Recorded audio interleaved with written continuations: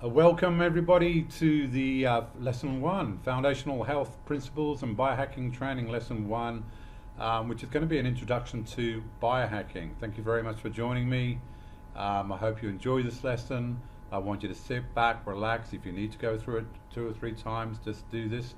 But this lesson is really, some really upfront background into what it is that I do, why do I do it, where does it come from, and all this sort of stuff. And it's very, very important to know, obviously, to start with. Okay, so it's an interesting lesson, and I hope you really enjoy it. Just some legal stuff here. Look.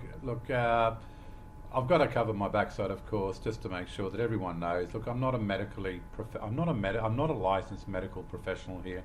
I do not diagnose anything. This is not what I do. Most of you, or I'm sure, all of you are aware of that. But I just obviously need to make sure that you have a read through this, and if you disagree with what I've written here, you need to obviously talk to me. Okay. So what are we going to be talking about? We're going to be talking about biohacking, what it is and what it isn't. I'm going to be talking about the 8 key guiding principles that lay the core foundation of everything I do. Okay, there's certain principles that I follow. They're principles that are sort of set in concrete and really help guide me with everything I do. They're the sort of rules around what I do. Okay. We're going to have a look at the 3 unique perspectives of health, the perspectives that I look at through this testing and through this training and through this analysis and whatnot. The visual perspective, the quantitative perspective, and the analytical perspective. Okay, so as you'll learn as we go through this course, and one of the reasons why this stuff is so powerful is that we look at so many different things. We're not just looking at one thing. We're not just looking at a blood pressure or a pulse rate or a pH reading and trying to come to some conclusion. We're having a really good look, so that when we've done all this testing, we've had a look at everything. We've looked from different angles. We have a much better, or we're a lot more confident that we have some very, very strong patterns that come through that couldn't come through if things weren't actually happening in those areas. Where does work come from? Just we're going to cover some brief information about where this work comes from. A lot of you will already know, but for those of you that don't, this work isn't something that I've dreamt up. I am nowhere near as clever enough to work all this stuff out. All right, but what I believe I am clever at is being able to pull this stuff together and pull the best from some of the great masters of natural health science in the past history, and as opposed to looking at things individually, which is what we do this day and age. We tend to work in an age of specialization where we have a cardiovascular specialist and a renal specialist and a cancer specialist, and they all really know their stuff, but do they really know what the other one is doing and how everything links in? So I'm going to be talking about some of the people that I really focus on and I draw upon greatly the best of their work to integrate into this testing. We're going to talk about that. We're going to talk about the 5 fundamental metabolic imbalances, which is basically the basis of everything I do. Okay, when we talk about the 5 fundamental metabolic imbalances, we're talking about our healing system. All right, period. This is what it's our healing machine, if you like. We've all got it. We've all talked about our healing machine, that we have healing mechanisms within our body. Well, there are 5 of them, or 5 key ones that must be working together and must be balanced for our body to be able to heal us. So we're going to be covering that in detail. And they're dualistic. All right, so they're dualistic, diphasic model of physiological processes. Okay, these are processes that swing from one side to the other. There's nothing wrong with being one side or the other. That's natural. There's nothing wrong with that. But at the end of the day, when we get stuck in one side or the other, which is when we start getting out of balance, this is when we need to do something about it. So these 5 fundamental imbalances, metabolic balances.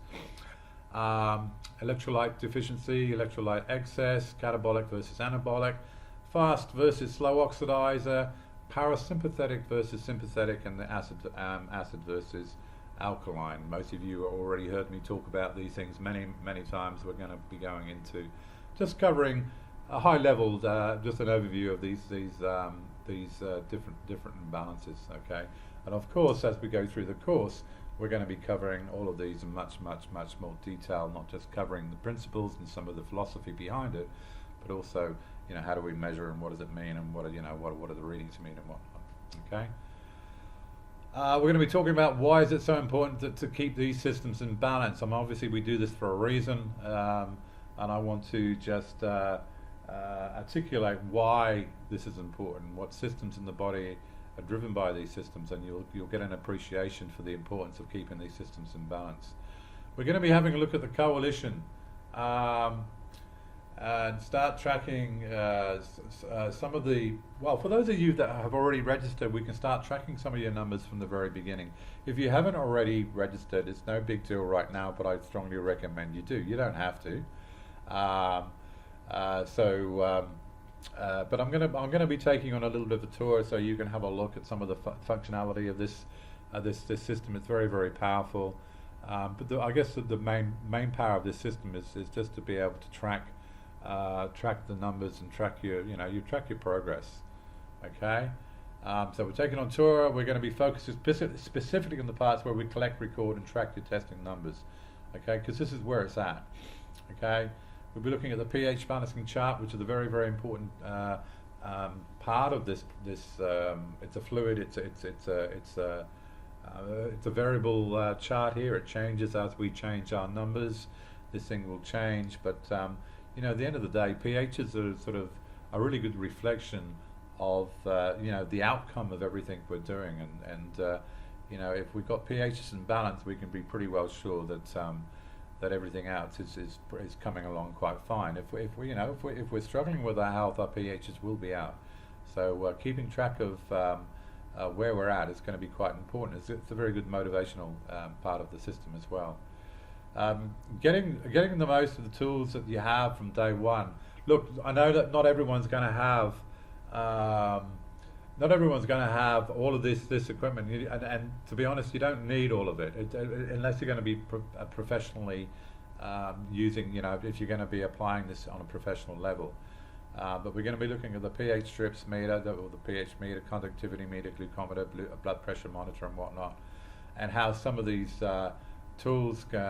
If you've got some of these tools, you can start measuring some of these things. I can give you some guidelines as to some of the things, some of the numbers we need to start looking at. We go into a lot more detail further into the course, of course, with these things and what we need to measure and whatnot. But just up front, for some of you that hopefully you've all got some pH strips or a pH meter, and maybe a blood pressure monitor, and maybe even a glucometer. I'm just going to be covering from very day one, so that from day one you can go away, you can start testing some of these things and say, wow, am I within these ranges or not? You may not understand if they're not in range, why they're not in range, but it's just to get you used to start, just an introduction to start playing around with these tools and finding out for yourself some of this stuff. All right, biohacking, what it is and what it isn't. I guess in a nutshell, I don't look at biohacking as a modality. We have modalities like kinesiology. We have modalities like a naturopath or a nutritionist, acupuncturist. This is not a modality. Okay, this is purely, although it can be used on its own, and I have done very successfully to be able to help people move forward. I don't see it as a modality as such. Okay, I see it as a tool, as a very powerful scientifically based testing tool to be able to validate and verify where you are with things. Okay, and it doesn't matter if you are a naturopath or a kinesiologist or an acupuncturist or a nutritionist or whatever, or even a doctor. This is a tool. The biohacking is really a tool that you can integrate into your practice and really add some value to what you are already doing. Okay, this isn't going to replace anything necessarily if you are already working as a professional, but oh my God, it's a very powerful tool to help you not only just validate what's going on and validate a lot of things, a lot of modalities. There's quite a lot of subjectivity around some of the things that we do. We might feel a little bit better, or we might think, oh well, we fix this or we fix that. But with biohacking and through this work, we can sort of start to get in and get a little bit more objective about, well, did we really make a big difference? Did we really have an effect at the biochemical level? Because if we didn't, these people you're gonna run into problems down the track, and it's just going to be a short-term relief. Okay, so it's not a modality. It's not going to replace anything necessarily. It's certainly something you can do and you can practice on your own, and it's very, very powerful. But if a lot of people out there are already working with other modalities and other people and whatnot, and this is just something that can really help add that value. And I guess not only validate, but also it's a very, very powerful tool to, if you are, let's say you're a kinesiologist and you're doing some work, what better tool could you have to be able to back up what you're doing and to be able to validate for the client and to be able to back up what you're doing, and if you are not moving the numbers in the right direction, it's a tool that you can use to further further improve your work, to continually improve. Okay, we did this, we did that, we did this, we did that, but did it have an effect? Are we actually moving this person in the right direction on a biochemical metabolic level? If we're not, well, we're going to run into problems, I can guarantee you, because this stuff is just, this isn't rocket science, but it really goes back to the core basics. This is all about how the body works and how things work in coordination and what things link up and whatnot. And that doesn't change. It doesn't change no matter what you're doing. All right? It doesn't matter if you are a kinesiologist, nutritionist, a naturopath. It doesn't matter. We still have to have these things in place. All right? And one of the biggest problems I see in modern day, well, not only just in natural medicine, in traditional medicine, but also in natural medicine, is the fact that a lot of us are going blindly. We're not really being that objective about things. There's a lot of subjectivity around a lot of the things that we do, and that's what's frustrating people. That's what's getting people confused, because people are saying this and one person's saying that, and he's saying this, he says that, this book says this, and this helps sort of take away a lot of that subjectivity and take some of the emotions out of healing, okay? Because this is how the body works. And, the last thing we want to do, and this is what happens a lot, we don't want to start making assumptions that the body's doing what it should be doing at that level, and therefore if we make an intervention, we add some minerals, or we do this or we do that, without knowing whether the body has the ability, has the mechanics, has the machinery to be able to actually use this stuff and to do what it should be doing with it. Yeah, you're going to be wandering around in the dark, okay? Because there is an assumption. There's an assumption that we have cell membranes that work properly, that cycle from on and off during the day. And I can tell you now that the majority of people, yourself included, if you're working with clients, the majority of clients are going to have a cell membrane problem. And if we have a cell membrane problem, for instance, you got a big problem, because nothing's going to work. You can't even get minerals into the system, into your cells, or you can't even hold on. If you can get them in, they can't be held on to.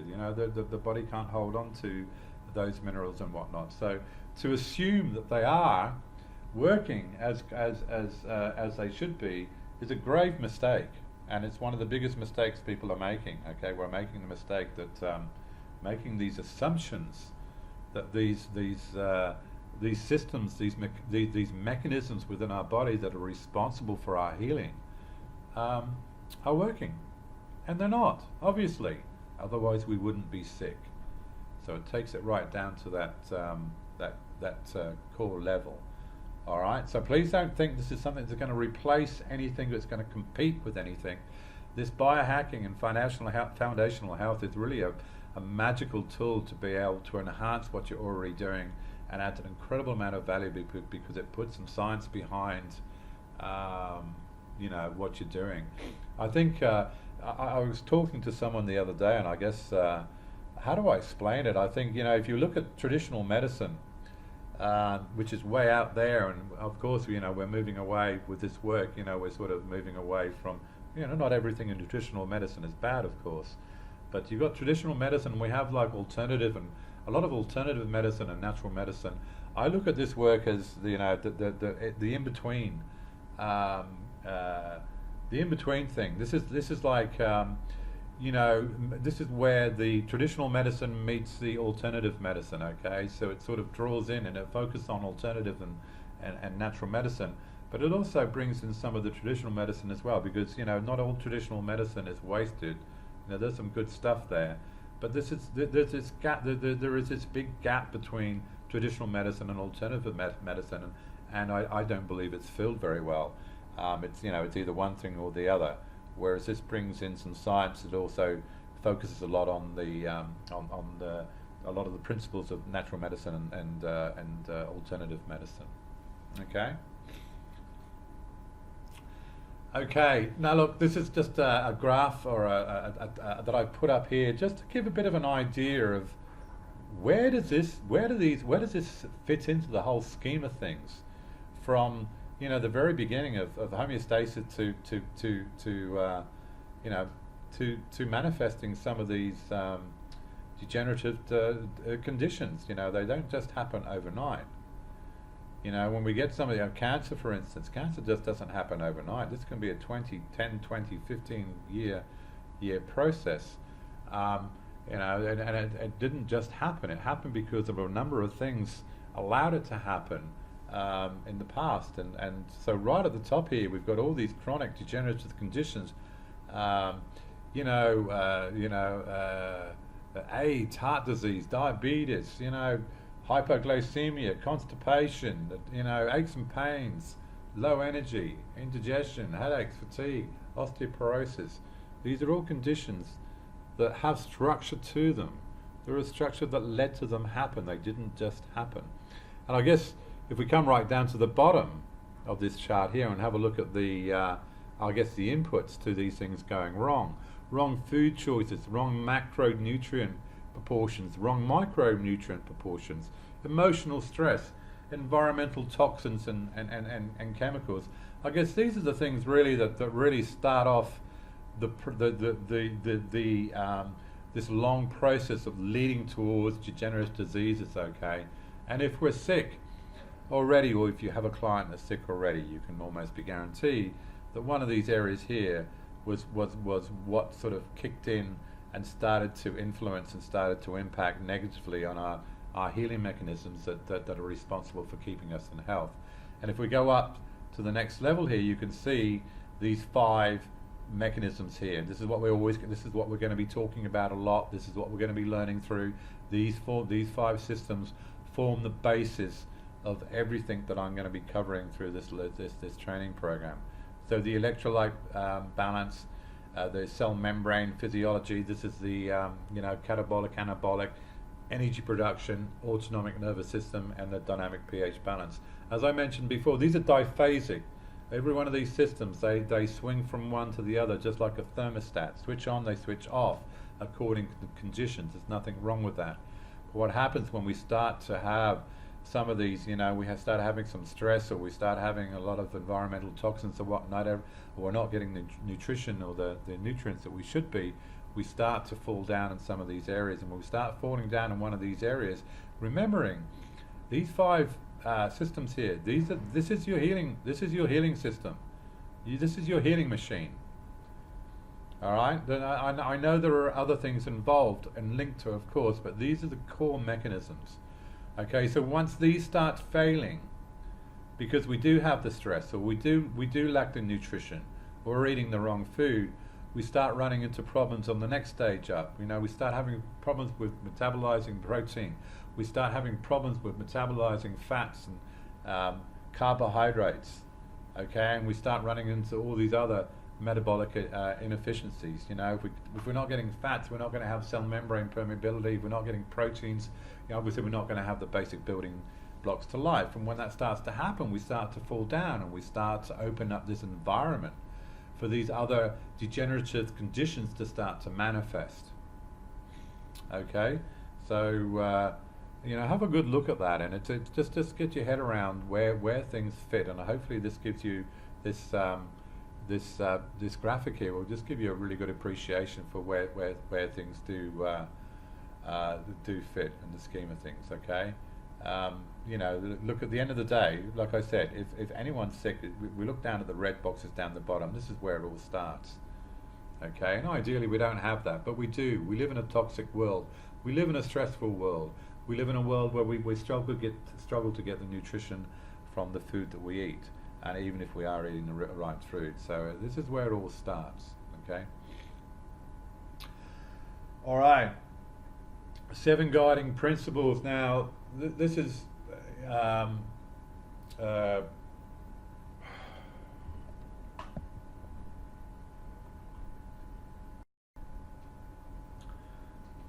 Okay, so we get on to the 8 guiding principles. I guess this is like my little rule book. This is like these are the principles that really guide me. They're set in concrete. Okay, these are the things that really give me direction and give me purpose. Gives me the basis of everything I do. Okay, I mean there may be a few more, but I mean the key. What I'm going to talk about now is sort of the 8 key guiding principles that guide everything I do. Now, if we look at number 1, principle number 1, we're not healers, we are enablers of healing. This is a big one. Okay, and I talk about this often. I've made a number of posts about this in the past, about the fact that I don't see myself as a healer. I really don't see anyone as a healer. I don't even see you as an individual as a healer. We have a healing machine. We have a healing mechanisms within our body. Our body essentially are just healing machines. All right, so our body will heal quite well, or not get sick in the first place, if as long as we enable the body to do what it needs to do, and we give it the environment it needs to do so. Okay, we can't force healing upon anyone. We can't force healing into us. All right. Now I know it's a similar sort of thing, but enabling is completely different. It's just a different way of looking at it. All right. Now if we look at enabling, it's just like we're looking at why can't the body heal? What's going on? If we're sick, something must have fallen down. The sickness, the symptom, the disease, the condition, that's just a manifestation from the body not being able to heal or keep you in health. And why? What's wrong? What is the problem? Why? Where in this healing mechanism? Where in this healing system has fallen down? Okay, and then all we need to do through this work of biohacking and through building this foundational health is to find these areas and enable healing to happen.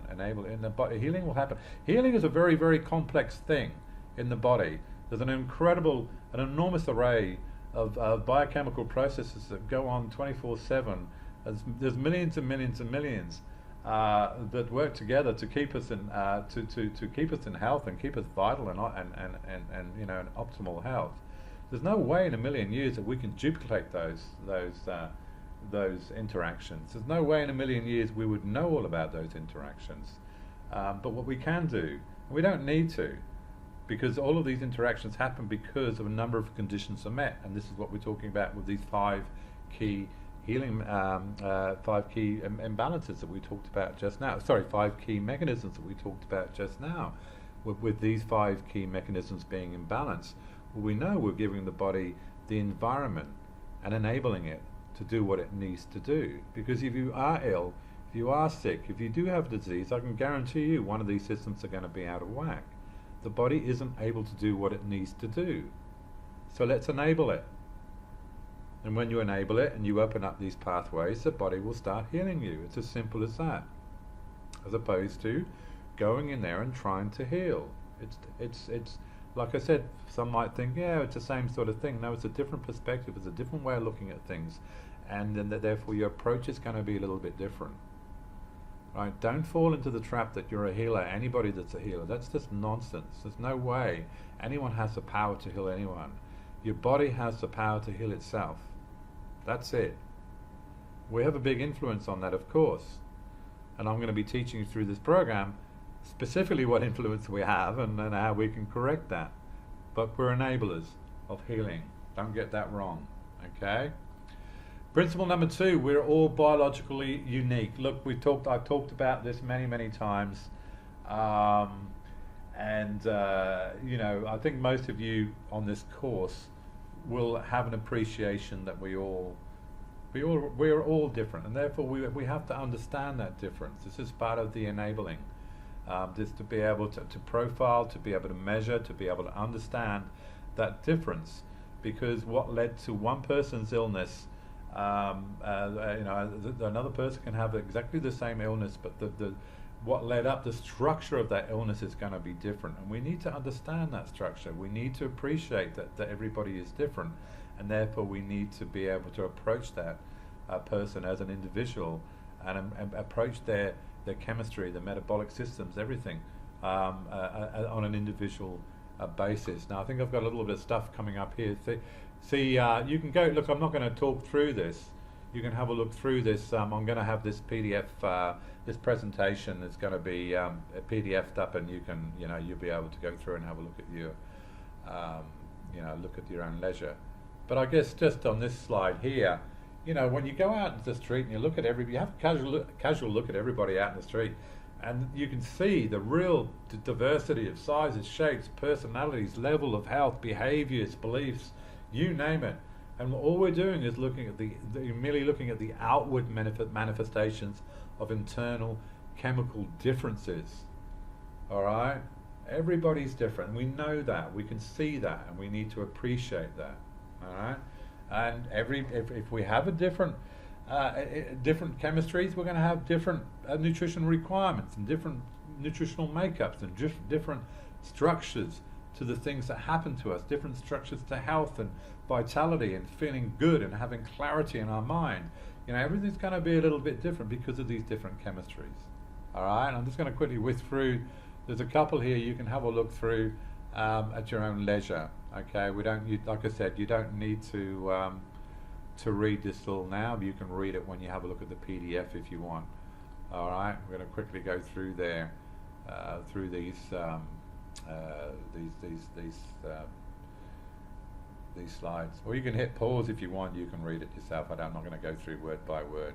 Okay. All right. Principle number 3: the environment is everything, and I talk about this a lot. Some of you probably have already seen the this graphic here. And you look at that. Have a look at that fish pond, or that fish tank, I should say. You think about the sick fish in that. Do you think it's really worth going in there and trying to pump that fish full of nutrients and antibiotics or whatever you want to do to it to try and make it, to try and get it sick? Or do you think we should maybe change the water? All right, it's a pretty powerful picture there. The environment is everything. At the end of the day, we can go to the nursery, a plant nursery, and buy a whole punnet of plants. They're exactly the same cuttings or the same seedlings from the same plant. And if we would take those plants and plant some in the sun and give them water, or we're going to take some of the exact same plants from the same seedlings and plant them in the shade, and don't give them water. They're exactly the same things, exactly identical plants, but of course one is going to grow and flourish, and that's going to be the one that's in the sun because it's the environment that it needs, and it's going to be watered. It's the environment that it needs. Obviously, it needs nutrition as well and everything else, but essentially, it's got what it needs. Whereas you've got the ones in the shade, it will still stay alive, but it doesn't have any sun and it's not being watered very well, so it's not going to thrive very well. And obviously, as any of you have done any gardening, you'll know the difference straight away. And I guess this is where we're at with a lot of people's health. We've got people, living in the dark and not giving ourselves the core necessities of life to keep us, to maintain us in health. So that the environment is completely wrong. We need to get out into the sun. We need to be watered. We need to have nutrition. If we don't have that, obviously that's going to have a major impact. Everything's at the mercy of the environment. The environment is everything, and if we look at today, we look at the global warming, and depending on what you believe, I'm not going to get into debating whether it is or it isn't. I certainly believe it is. I have no doubt it is. And because of that, things start to change. We have maybe forests that start to die out. Maybe we have rivers that start drying out. But when that happens, other things start growing. So other things start to adapt to that environment, and we start to everything changes. So everything's at the mercy of the environment. The environment is everything. Principle number 4: everything gets back to digestion. I talk about this a lot too. Now, you won't have noticed digestion in these 5 key metabolic systems that I talk about, but essentially these 5 key metabolic systems need to be in balance for digestion to happen. Digestion is really the overriding system. It's everything. Digestion is everything. But one thing I have found is that, look, a lot of people, well, nearly everybody that struggled for their health for any sort of length of time, their digestion will be compromised. Of course it will be. But the thing is, once digestion is compromised for a significant amount of time, we start getting these other balances out of whack. If we have, say, for instance, part of digestion, we have low stomach acid, then we start to manifest. We really start to remove the whole chemistry of digestion, because we don't have the acidity in the first place, and we start to get some parasites because we're not wiping out the parasites and whatnot. That's going to have a massive effect on the fact that we can't digest. If we have, say, for instance, we have a gallbladder problem, or a liver gallbladder problem, we're not producing we're not being able to emulsify the oils that we're bringing in and assimilate those oils into our body and into our cells. Well, we're going to start running into cell membrane problems. And if we do that for long enough, we can't just fix digestion anymore. We can't just work on fixing the gallbladder or getting the bowel moving again, because the damage is already done. We've gone too far. We've already gone out of balance. So we can't. It's not just a matter of fixing up digestion and everything else is going to fix. Once we have identified these imbalances, we have to work on digestion for sure. Absolutely. But we also have to make sure at the same time we start working on some of these other things. We can't just start, for instance, if we do have a cell membrane imbalance, there are things that we can do very, very quickly to try and force, either if the membranes are stuck closed or they're too open, we can close them, or we can open them through mineral interventions or using certain oils and whatnot, and we can speed that whole process up, so that like everything in healing, like we don't break in isolation, we can't heal in isolation. We've got to address everything at the same time. Okay. Principle number 5, a lot of you have already seen this many, many times. Look, obviously we don't have, this is pretty obvious, but it's something that some people just don't get for some reason. We don't get headaches because we have an aspirin deficiency. We don't get cancer because we have a lack of chemotherapy in our diet. We don't get osteoporosis because we missed out on getting enough Fosamax as a child. No, of course not. We get these things because of nutritional and constitutional deficiencies, imbalances that often take time to develop and show up. All right. Now, I mean, this is one of the biggest problems I find with a lot of people, and this is where we're going. This is just human nature, I guess. Is we tend not to do anything, not to address anything until something's happened. All of a sudden we have cardiovascular issues, or all of a sudden we have fibromyalgia, or we have a stroke, or we have this, or we have that, or we discover we got some cancer tumors. But this stuff took a long time to manifest. It didn't happen overnight. But the problem is, we weren't looking before, and one of the really powerful aspects of this work is to pick up things way in advance, and it happens quite often, especially when it comes to tumor development and environments ripe for cancer. You can pick this stuff up so far in advance. It's not funny, and we can start making corrections very early on so that we don't manifest these things. But we live in a world where people do not, in general, don't do this. We don't do anything unless there's a problem. This needs to change. Prevention of illness, this is where it all needs to be, because the whole focus is on cure, of course. How often have you ever seen a pink ribbon run to develop a centre for the prevention of cancer? Of course not. There's no such thing. There's a pink ribbon run in every town, in every city, in every country to raise money, for the cure of cancer, which, a lot of cures are already out there, as we already know, but nothing for prevention.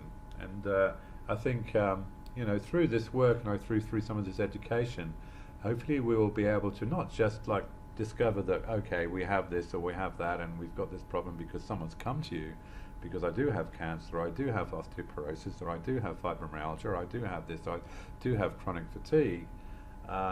Hopefully we'll be able to get to the point in the future through this education and through providing people with the tools and the knowledge and understanding how to measure some of this stuff, that they can prevent these things happening in the first place. That's where it's at, prevention. All right, not just to cure.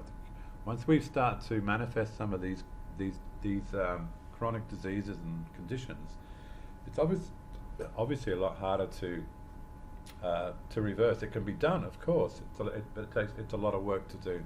It's a lot easier to prevent, but we need to understand these principles that we don't get sick because we forget to take our medicine. Principle number 6, you need to build a solid foundation. This is very, very true. Of course it is. And I guess, we talk about foundational health principles. This is what it's all about. It's about building a foundation. I talked about the different modalities, the kinesiologists, the naturopath, the nutritionists, the acupuncturists, or whatever. And I see these sort of modalities more focusing on sort of a little bit more higher level areas, I guess. Correct me if I'm wrong. But the big problem is the foundation isn't there in the first place for these things to work very, very well. I mean, some of them do, of course, but in general, the foundation isn't in place. So we can't build robust health, with good, strong, adaptive capacity. And when I talk about adaptive capacity, I mean the capacity of the body to be able to be able to stand up to stresses. We all live in a stressful world. Things happen.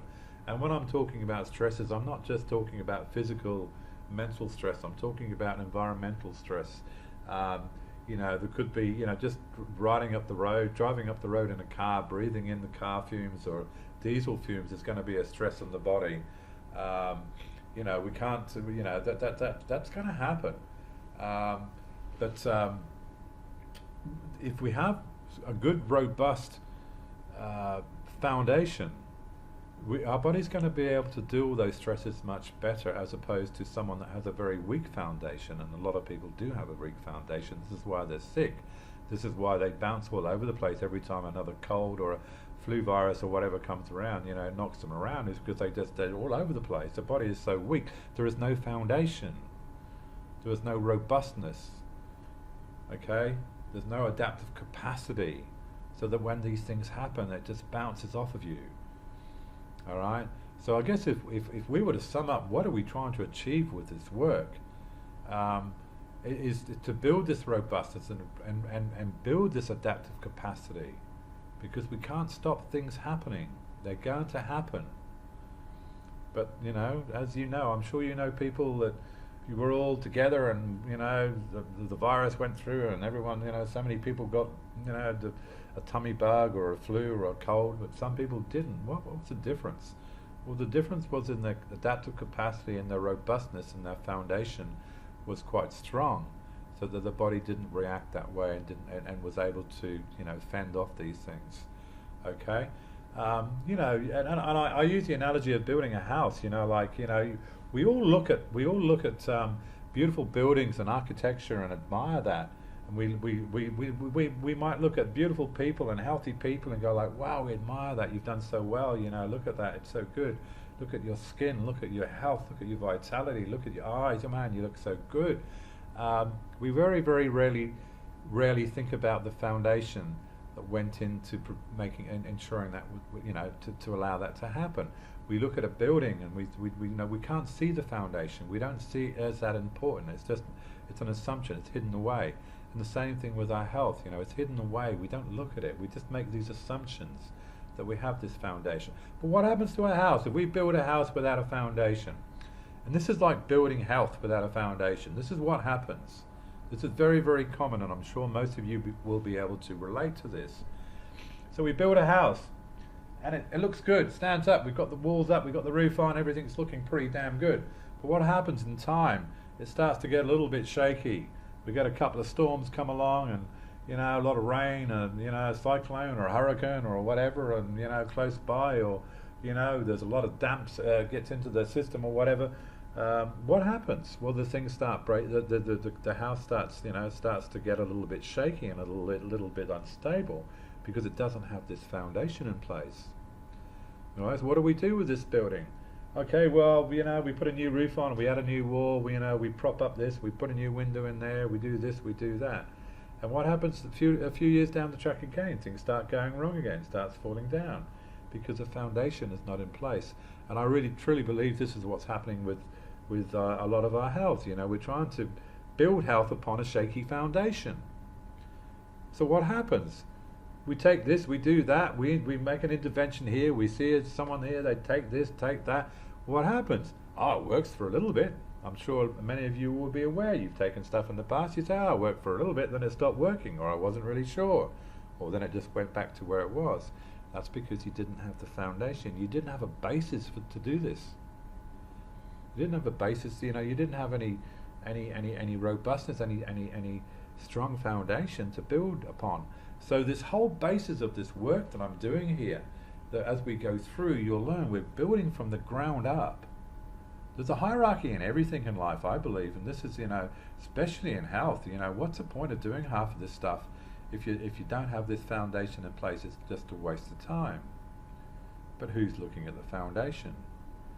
Who's looking at digestion at the level that we look at it here? Who's looking at electrolyte levels? Who's looking at cell membrane permeability? Who's looking at our body's ability to be able to produce energy correctly? Who's looking at the nervous system to make sure that we have a nervous system that's balanced so that our body can heal? This is what I'm talking about with foundation. Okay, we lack it, and for some people it's just a little bit boring. It's just like it's not the fancy pills, it's not the magic silver bullet. It's work. It's stuff that we have to do. Everyone wants to build a house and make it look good really quick, but who wants to put the foundation in? It's a lot of work.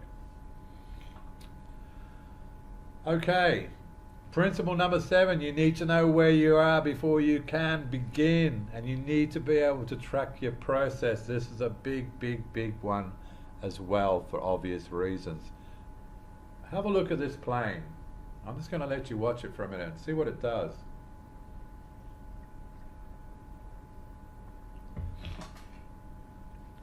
Okay, just using this analogy of a plane taking off, say from New York to London. Now, with any goal in mind, no matter what goal it is you want to do, and obviously we're talking about the goal here of optimizing your health and healing and becoming more vital and having the energy and having clarity and being pain-free. We have that goal just like a plane has a goal leaving New York. It has a goal. The goal is to be able to arrive in London. So we know where we want to go. We have that in mind, and everybody knows that. We all know we want to be healthy, and we want to be well, and we want to be pain-free. The big question is, where are we now? Because that's the very next question you ask once you come up with a goal. The very next question is, where are we at? Where are we at right now? Because if we don't know where that is, how on earth can we get going in the first place if we don't know where we are? Okay? So just like the plane. Okay, we know where we want to go. We're in London. We want to go to London. And we know where we are. We're in New York. Okay? Okay, we know where we want to go with our health. We want to be healthy, blah, blah, blah, blah. The very next question is, where are we now? Nobody knows. And if you're like the majority of the people that I work with that have been working on their health for so many years, you've got yourself in such a muddle that you've lost count of what you've done, what worked, what didn't work, when you stopped things and you started things. You have no idea. We have no idea where we're at. We have to know that. Of course we have to know that, because we don't even have a starting point. All right, so very, very, very important principle, and I'm sure you understand that. Okay, but who knows where they're at? No one. You're just responding to where you are at today, how you feel, your symptoms. But that's not where you're at. We need to know the core. We need to start focusing on the core foundation to see where you are at, and then we start taking off. So let's look at the plane. Okay, we know where we want to go. We want to go to London. We know where we are, and then we take off. Just like our health, we know where we want to be. We know where we are. We've done some analysis. We've profiled the metabolic systems, and then we take off.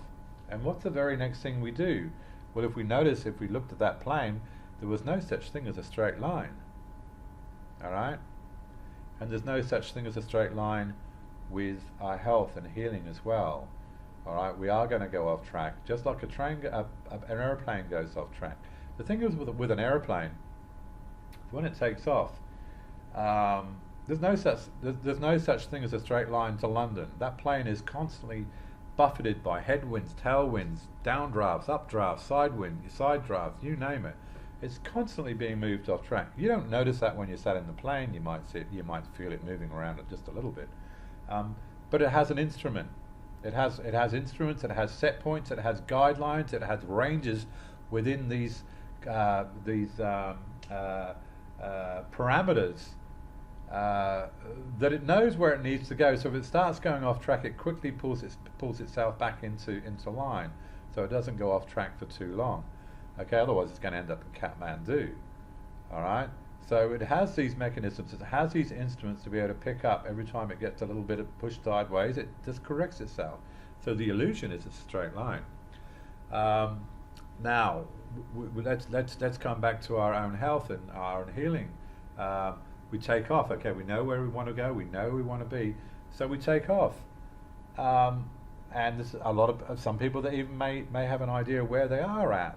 They take off, but there's no understanding. There's no understanding of whether we are going on the right track, whether things start to go wrong, or whether we are on the right track. Whether we carry on doing what we're doing because it's working, or we stop doing what we're doing because it's not working, or we make some adjustments along the way.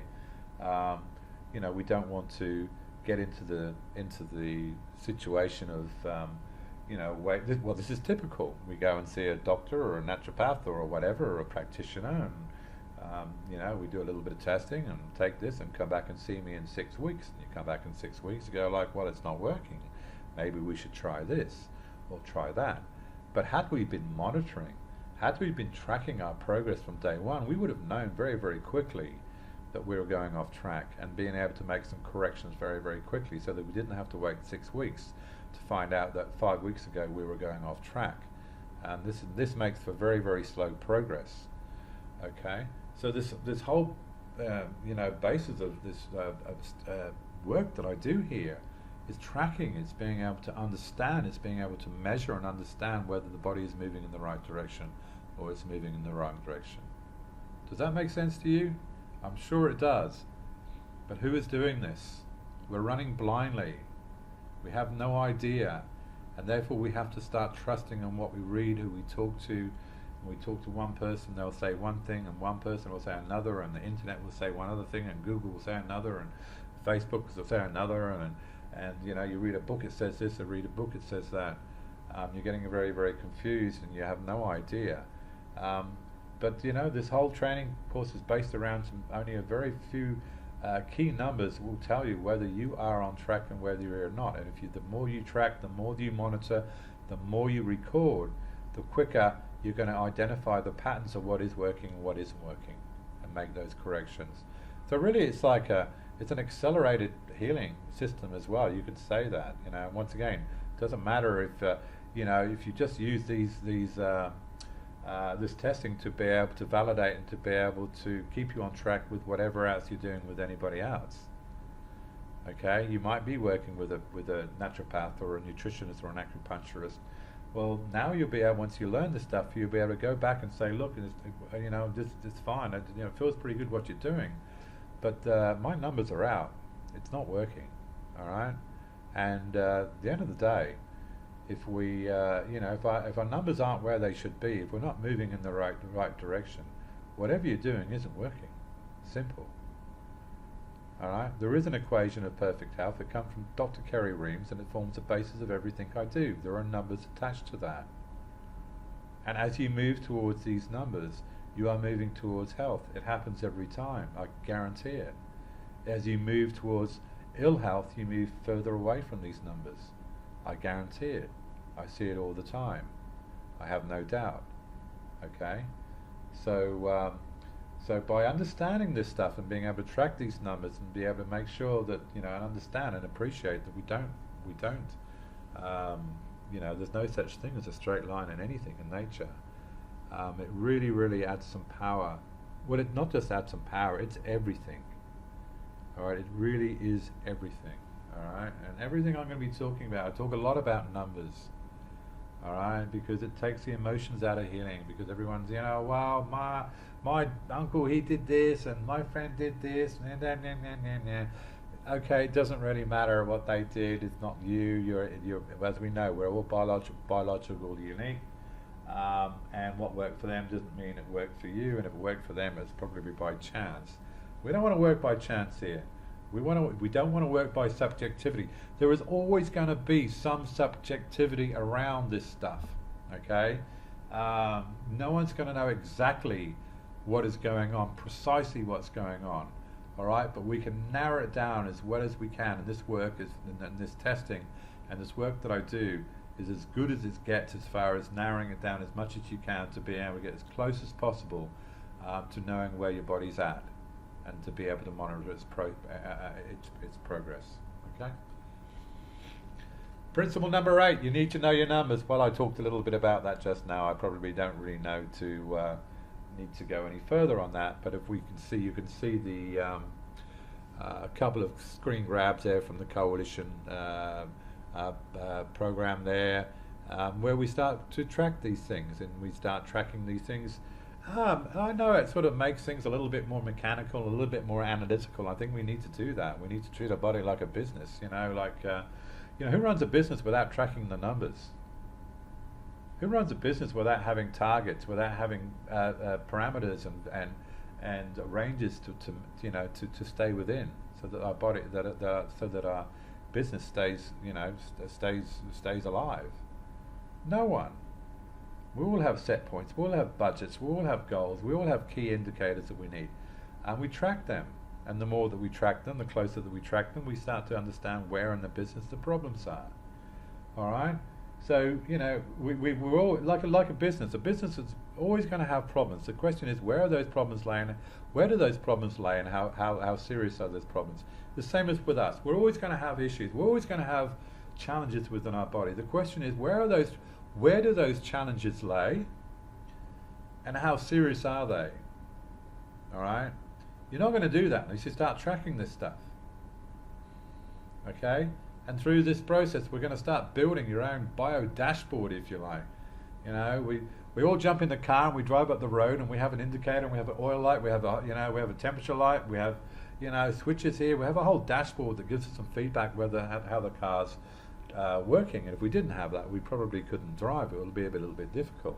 But with our bodies, most people are driving around without having any idea about whether certain parameters are in place and certain numbers are where they should be. All right.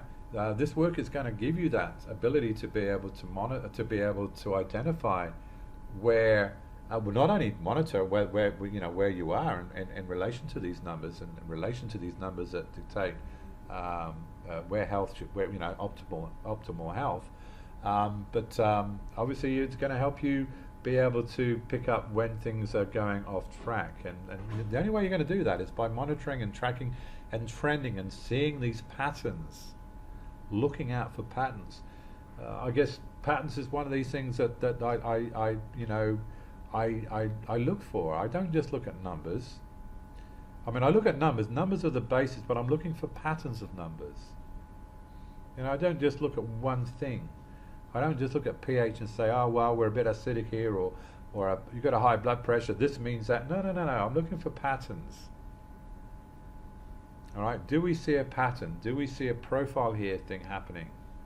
And I guarantee you, as you go through this work and you start working through this, you're going to start seeing patterns, and you're just going to start recognizing them.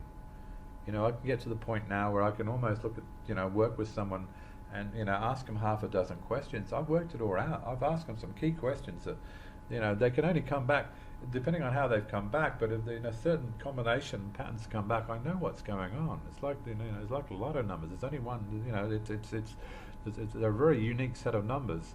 And these patterns, I've done this work so many times with thousands of people across the world now over so many years, that I see these patterns and they always correlate. All right, I'm very, very confident with this work now. I have no doubt, absolutely no doubt. I know what I'm talking about here. This isn't rocket science, but you've got to understand this stuff. We've got to track, and we've got to start getting a little bit more serious. And one good thing about the numbers is it takes the emotions out of this stuff. Just like the numbers in a business takes the emotions. This is where the numbers are. I don't care what you think, what you believe in, what you're eating. You know, if you're taking some special, you know, whiz bang product, and you believe it's working for you, well, let's see what it's doing to the numbers, because it's not moving the numbers in the in the right direction. It ain't working for you. I promise you. Okay. Okay. We're going to scoot through and have a look at the three unique perspectives of health and how we look at this. And look, not everybody's going to have a microscope, of course, and this is not a microscopy course, all right. And this whole work, you do not need to have a microscope to be able to have access to some dry blood pictures. It's going to help. It's going to, well, put it this way, it's going to add value, for sure. More for confirmation, for validation, that when we look at the numbers, when we start looking at some of the numbers, are we seeing that reflected in the blood, or are we not? So it's not something that's critical. I can do this testing without looking at the blood. There are some things that come up in the blood that we won't necessarily pick up through the numbers, and parasites is one of them. But most other things we're going to pick up through the numbers anyway. So when I look at the bloods really I use as more of a, they're very, very strong motivational factor for the clients, because, you know, seeing is believing. And I can guarantee you there's very few out of the thousands of tests I've done in the past that the bloods don't line up with the numbers. Okay, so real time right now, let's have a look at the bloods and see what's in the blood. And look, for those of you that don't have access to the blood, have a microscope, and most of you won't, and that's fine. You will have access to my testing, and one of the things I'm doing right now, as some of you are already aware, I'm setting up an agent. I've set up an agent in the UK right now, so bloods from the UK can go to the UK people. It's a lot cheaper because we're doing the bloods only, and it's a lot much quicker turnaround. The same as in the USA. I will be kicking the USA off over the next couple of months once the UK agents settle down and we've got that working properly. And of course, we already have Karen in Australia, who's been, you know, helping me there for the last few years already as a base there for Australia, so we can start getting these blood-only services out there. So, you know, you might want to do this testing yourself, but you can just shoot off and just do a quick blood test, and you can sort of correlate what's going on. It's great because it validates. Like I said, there's not many times that I've gone through and looked at the bloods and seen some, you know, seen things completely different pop up in the numbers. The quantitative perspective. So this is all about the numbers again. Okay, the numbers that sit behind the pictures. Well, like I mentioned just now, we look at the pictures, we look at the blood, and then we start looking at some of the numbers. This is where the testing, the self-test comes into it. Testing the, you know, pHs, the questionnaire, the blood pressures, the sugar readings, you know, the breath rates. This is the quantitative. So we start to quantitate some of the pictures that we might have seen in the bloods. All right. If we didn't see the bloods, doesn't matter, because it's still, these are the numbers that really start to give us a bit more of an idea of where in the body specifically are we struggling, what mechanisms. And you can see on the right hand side you've got the 5 mechanisms, 1, 2, 3, 4, 5, and you have digestion. You don't have to read the detail, but this essentially on the right hand side here is our healing machine broken down, our healing mechanisms our healing machine broken down into the five key mechanisms that make up that machine. And then you have the analytical perspective. I guess it's a little bit similar to the numbers, but this is where we take everything we've got and we start tracking and we start to analyze. All right, this is very, very, very powerful. I guess one of the most powerful aspects of this analysis and to track this is it's everybody has, we have parameters, and I'll be teaching you the parameters which you need to stay within. But there's a little bit of room to move within those parameters, and everybody will move a little bit differently. There may be someone that has an ideal urine pH of say 5.6 and saliva pH of 6.7, and that's when they feel at their best. And if those numbers move, they start feeling differently. All right. Same with sugar readings and breath rates and blood pressures and you name it. There are going to be some variables, and everyone's going to be a little bit different. So wouldn't it be really cool to find out what your blueprint of perfect health is? We have the guidelines. We know we're pretty close to where we need to be within these numbers. But what variables do you add with your chemistry to those numbers? Through an analysis, we will find that. We will discover where you sit best. We will discover where you feel at your best and your most vital, your most healthiest. We'll understand which key numbers this relates to.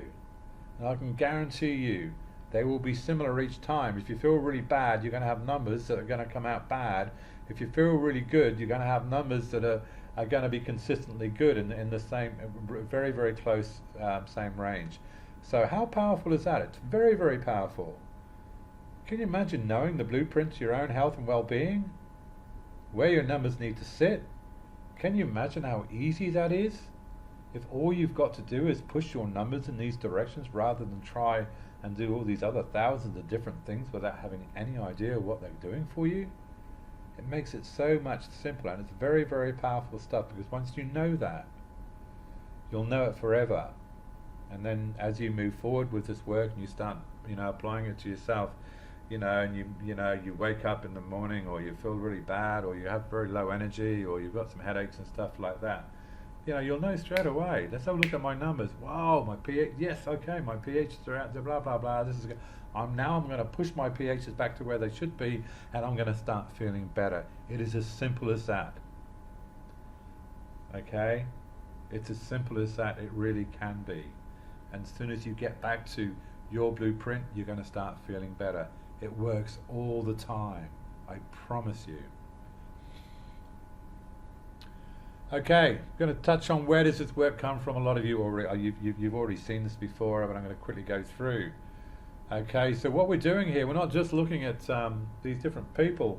I talked about the problems I believe in anyway, of specialization these days. We have, we have these cardiovascular issue experts, renal experts, emotional, psychologists, looking at the mind. We have people looking at cancer and whatnot, but very few of them are looking, are talking to each other. They have their own expertise, but it's their own little, powerhouse. This is what I do. I don't really care what's going on with digestion, because I deal with, renal or cancer. But do we think that renal issues or cancer issues aren't connected to digestion? Of course they are. They're connected to everything. Do we think we just get psychological problems or emotional ill health or depression or anxiety? Do you think that acts in isolation? Of course not. It has so many different variables and so many different interactions. Everything's linked. So what this work does is really pull together. I'm just going to quickly go through these, the 4 key people here that I follow. And as you'll see from the pictures, this stuff isn't recent. Nothing's recent. I don't believe anything. There's very little that we know today that hasn't been known a long, long time ago. We knew how to keep in health a long, long time ago. Sure, we're discovering new stuff, and there are new strains of diseases and God knows whatever. But the basis, the foundation, hasn't changed. Science doesn't change. Once we prove something scientifically, 1,000 years ago, you can prove the same thing now. It doesn't change. So, I draw upon these people that had massive, very, very um, uh, high levels of success. And this is who I draw upon, but I pull them together. Or I integrate, and I pull the best from all of them. So we have Dr. Emmanuel Rivisi, really focused on cancer therapy, cell membrane physiology. We always, you hear me talk about the anabolic, catabolic. You hear me talk about all this stuff. This comes from Emmanuel Rivisi. Fascinating stuff. All right, and very, very, very powerful. Emmanuel Rivisi was way before his time. Now, a lot of this stuff is coming out now. You're starting to hear more about cell membranes, permeability, switching membranes on, switching membranes off. This stuff was done ages ago. All right, it's just been lost. All right, and I'm helping to pull it all together into one system. So we've got Emmanuel Rivisi, Dr. Kerry Reams.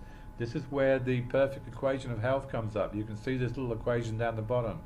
You don't need to understand it, but this is basically what we'll be used. This is what we're looking at when we're doing all our testing. These are some of the numbers that we're going to be looking at.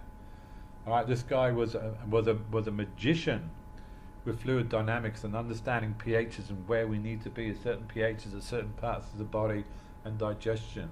Okay, Dr. Kerry Reams was very well known for his ability to turn around terminal patients very, very quickly using his work. And I'm talking thousands upon thousands upon thousands of people. He knows his stuff. All right, he understands the importance of having the chemistry right for our body to be able to pick up and assimilate minerals and whatnot, and does not make the assumption that this could be taking minerals that we're actually going to pick them up. Dr. Kerry Reams. Dr. T.C. McDaniel, this is where we talk looking at the cardiovascular and zeta potential and flow. Okay, without the flow we have nothing. All right, then once again we have this assumption that we have a blood system, we have a lymphatic system, we have this flow. But what if it isn't flowing? What if we have poor zeta potential? And you don't need to know what zeta potential is right now, but it's basically the ability of particles to be able to repel. It's a degree of the degree that they can that particles repel. Our blood stays in. Our blood cells need good zeta potential because they have negative charges. They repel. They keep separate. It's important to have that flow. And we start to lose zeta potential. We start to lose the ability to be able to keep separate, and then we start to agglutinate. We start to stick. We start to lack flow. We start to lack flow. We start to lack getting oxygen around the body. We start to have blockages. We start to lack in the ability for the body to be able to detox.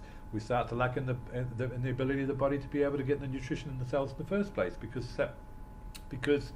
we're lacking flow. Is that important? Of course it is. Absolutely, very, very, very important. So when we get into talking about zeta potential, we're talking about electrolyte deficiency.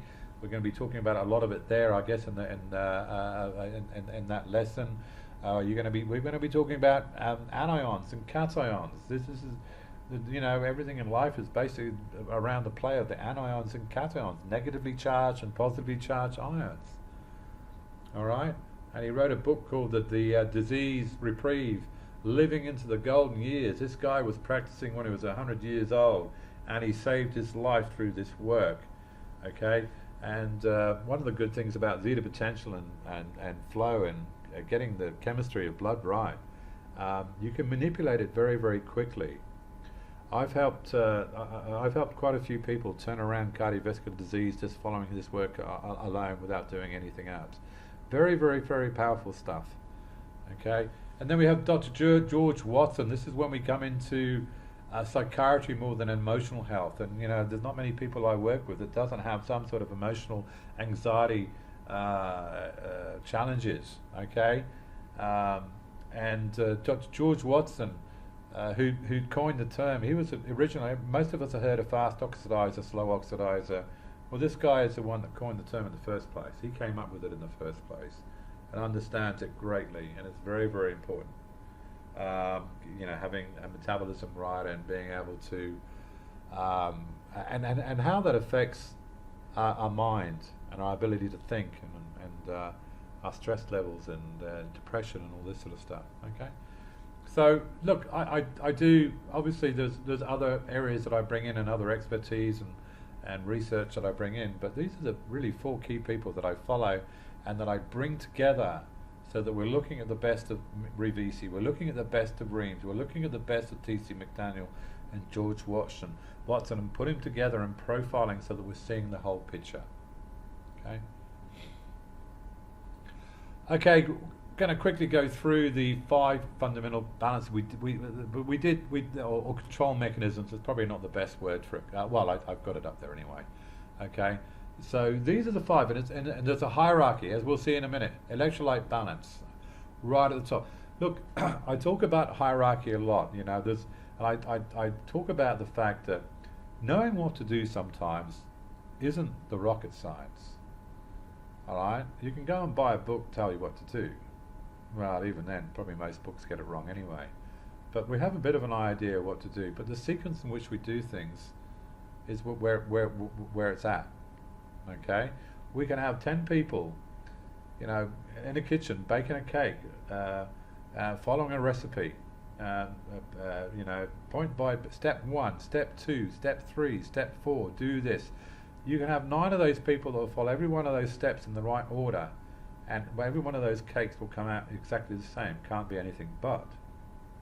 But you can have one person that just maybe even just gets one of those steps out of, hey, no, they do step 3 before they do step 2 by mistake. And what's going to happen? The cake isn't going to come out like it should do. It's going to be completely different. The same with us. Hierarchy, the importance of doing things at the right time, in the right sequence, is very, very important. This just gets back to the enabling side of things. Is making sure that we build things from the ground up. We enable each step of the way. We're enabling something else to happen. You know, we can't start hydrating large quantities of water if we have a catabolic imbalance, for instance, because a catabolic imbalance is going to give us diarrhea. We've got to fix the catabolic imbalance before we can actually take the more water. You know, there's all these different variables here, but there's a hierarchy, and electrolyte balance is the first one. If we don't have electrolyte balance, we don't have the ability to move energy around the body. How on earth are we going to fix? How on earth is our body going to heal if it doesn't have the energy? It doesn't have the resources. All right. What does an electrician do when it starts working? If you say your fridge breaks down, does the electrician come in and start taking the fridge apart to try and dig around to see what's wrong? Or does he use some sort of hierarchy and say, well, the first thing, the most important thing is, what does he do? He grabs the plugs, he plugs it in to see if there's power. Because if there's no power, well, that's probably where the problem is in the first place. Or at the very least, you can put the power on, and then you can, you know, you can start digging a little bit deeper. But you know, there's a hierarchy to everything, and I think a lot of us are being like the electrician coming in and just opening up the back and, you know, digging around and pulling, you know, condensers and resistors and wiring, God knows what. You're going to be in a mess. This is where everybody is in a mess with their health, because they're not looking at things in the right in the right sequence. We're just making assumptions. Do not make assumptions that we have power switched on in the first place. We have the conduit. We have the conduit for electrons to flow. All right. Because if we don't have that, nothing's going to work, because there is no power, or very little. Of course we have power, we're alive. Of course we have electrons moving around the body, or we would be on our we'd be on our back. But do we have sufficient power for the body to be able to heal us, as opposed to fighting fires? Cell membrane physiology, or catabolic anabolic imbalance. This is basically our circadian rhythm of life. You know, we don't have our cells cycling from on in the morning, open in the morning, to closed at night. It's a bit like, you know, did the sun come up this morning? You know, if the sun didn't come up today, and it's such an important rhythm that if the sun didn't come up, what's going to happen to the environment? It's going to be an absolute mess. All right, everything's going to change. The same as with our cell membranes. There's not a single, very rarely there's a single case out of all the thousands of people I've worked with in the past that doesn't have a cell membrane imbalance. Okay, but it's second in the hierarchy. Third, the energy production. Okay, you can see they're numbered 1, 2, and 3. All right, energy production. Really, these are the 3 key systems that I work on. Now, there are number 2 autonomic nervous system, and you've got the dynamic pH, the pH balance. pH balance is basically like the tail of the biological dog. Okay, it's very, very important, but it's like the result. It's driven by these more important high level systems. The same as the nervous system. The autonomic nervous system is a reactionary system. It's reaction. And a lot of the time it's going to be reacting to some of these imbalances above. So do we go in and then try and fix the nervous system, or do we start and fix the cell membrane problem that's causing the nervous system imbalance in the first place, or the lack of electrolytes, because it's just causing so much stress and the body's having to react? So the number 4 and number 5, they're very, very important. They're still important. And if I have a client that has a very, very strong sympathetic imbalance, or a parasympathetic sympathetic imbalance, I certainly will suggest and recommend some intervention there. But the focus will still be on the number 1, 2, 3 to make sure that they're in place, because if they're not, you're going to be pushing and pulling at the same time. And as I said, there's a hierarchy. Okay, the least influence down the bottom, the most influence at the top. And sometimes when you start working at the top, we get the mineral. Like a mineral assimilation. There's a lot of reasons for that, but the big part of that is going to be digestion and digestive chemistry. Having the right pHs in the right places.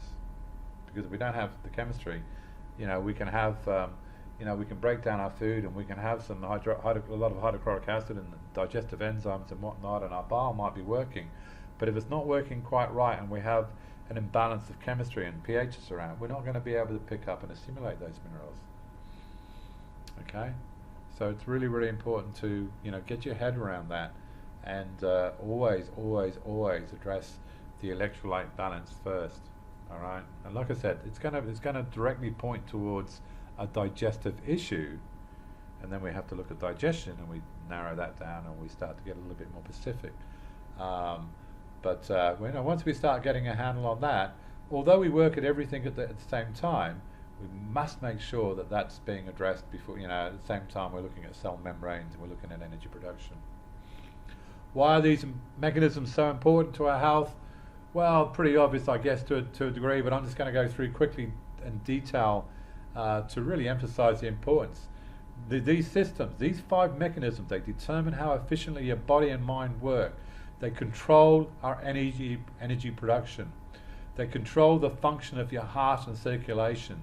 They control the function of your brain and your nervous system. They determine the efficiency of digestion and assimilation of nutrients. They control the chemical balance in your blood and in your blood cells. And they help regulate your hormone balance, okay? And help efficiently eliminate toxins, waste products of metabolism, and minimize the degenerative changes associated with the aging process. All right? Do you really think, I'm just going to go back one. I've just covered basically everything in the body. All right? They're under the control of these things. Even like the endocrine system, the hormonal system. It's so under the control of some of these other things, other systems, that if they're not in balance, you're never going to get the endocrine system in balance. All right? We're talking about such a foundation here that everything else sits on top of it. Okay?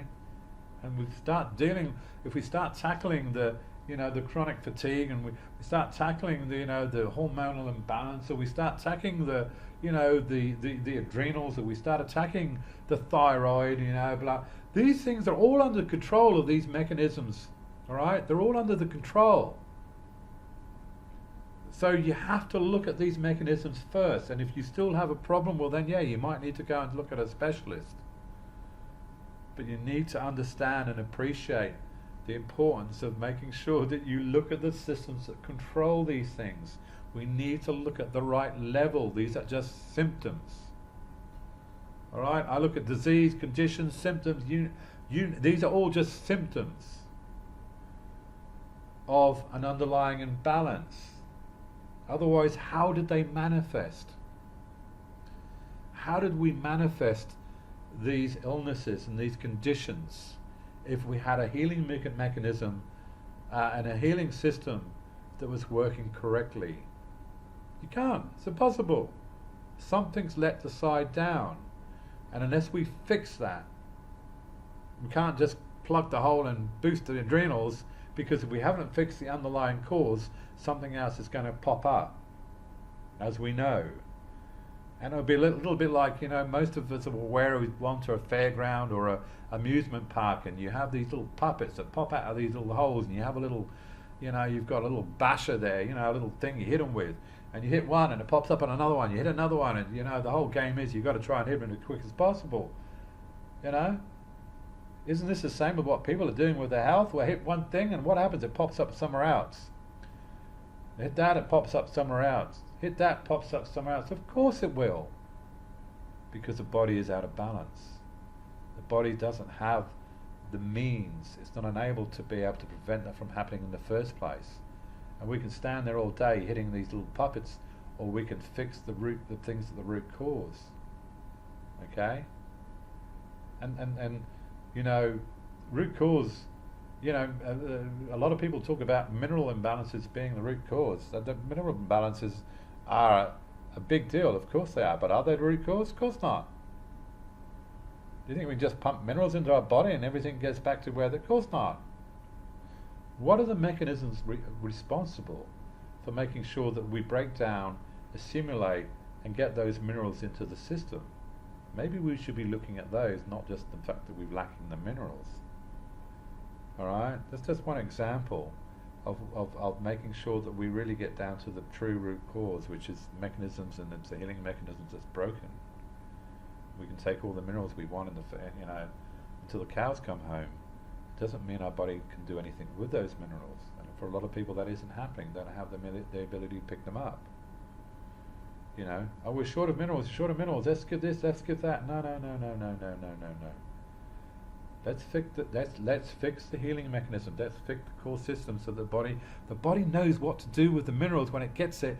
It knows how much, where to send it, when to send it, precisely, and in what quantities. Do you really think we can force that into us? Of course we can't. Nonsense. Body knows what to do. It's a very complex process, but when we're only looking at these 5 key systems, it just breaks down that complexity, the complexity of the whole problem. All right. What are we assessing? I'm going to go through this pretty quick because it's okay. Digestion. So these are really the key things that we're looking through with this testing. All right. How is our body extracting the nutrition from the energy it needs, from the food that we put in? Pretty obvious, but it's very, very important. Hydration and electrolytes. Are you getting the right balance of electrolytes? If we are we actually being able to hold on to those electrolytes? Is the power switched on in the first place? And we talked about that just now. Cell membrane permeability. How effectively is our body switching between energy output and repair? Output energy, this is during the day, and repair is during the night. If we're not doing that, and most people aren't, we're not moving into this repair phase at night, we're not building this rebuilding, so we wake up the next morning, we're feeling quite crap like we were the day before. We should have rested, we should have rebuilt, everything's back to where it was the day before. Okay, and if cell membranes are out, the cell membranes are all about lipids, lipids are all about fats, fats are all about gallbladder and liver, you can start to see some of the connections here. Alright, and it's very, very easy, it's quite easy to profile these membranes. I love my work with membranes because it's very, very powerful stuff. Energy production, of course, like we're meant to be burning some carbs and we're meant to be burning some fats as a good balance. I don't believe we should all be eating all carbs, or we should be all going into ketosis and going into a keto diet. I really don't believe that at all. That's nonsense. We need balance. We need carbs and we need fats, and we need the ability of our body to be able to process them properly. And our nervous system, of course. Being able to adapt, being able to respond from daily stresses and whatnot. We profile the nervous system. Free radicals, antioxidants. We can get a good feel for what's going on there. The level of are we breaking down? Are we oxidizing too much? Are we getting back to that building up and repairing and whatnot. Protein metabolism. If we're not metabolizing protein properly, we're going to run into a lot of problems. Well, we're not going to have the basic building blocks to what we need to live, obviously to build life and to build our health.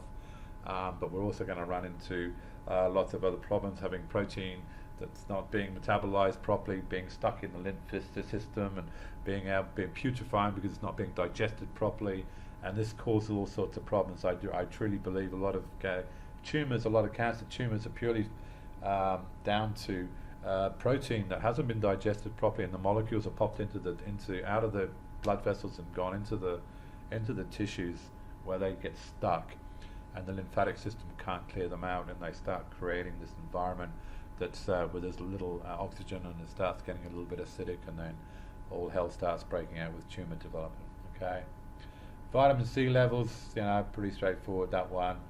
And we do a lot of tests on the physiology. This is where a lot of the self-testing comes in, blood pressures and breath rates and all this sort of stuff to give us an idea as to where everything else.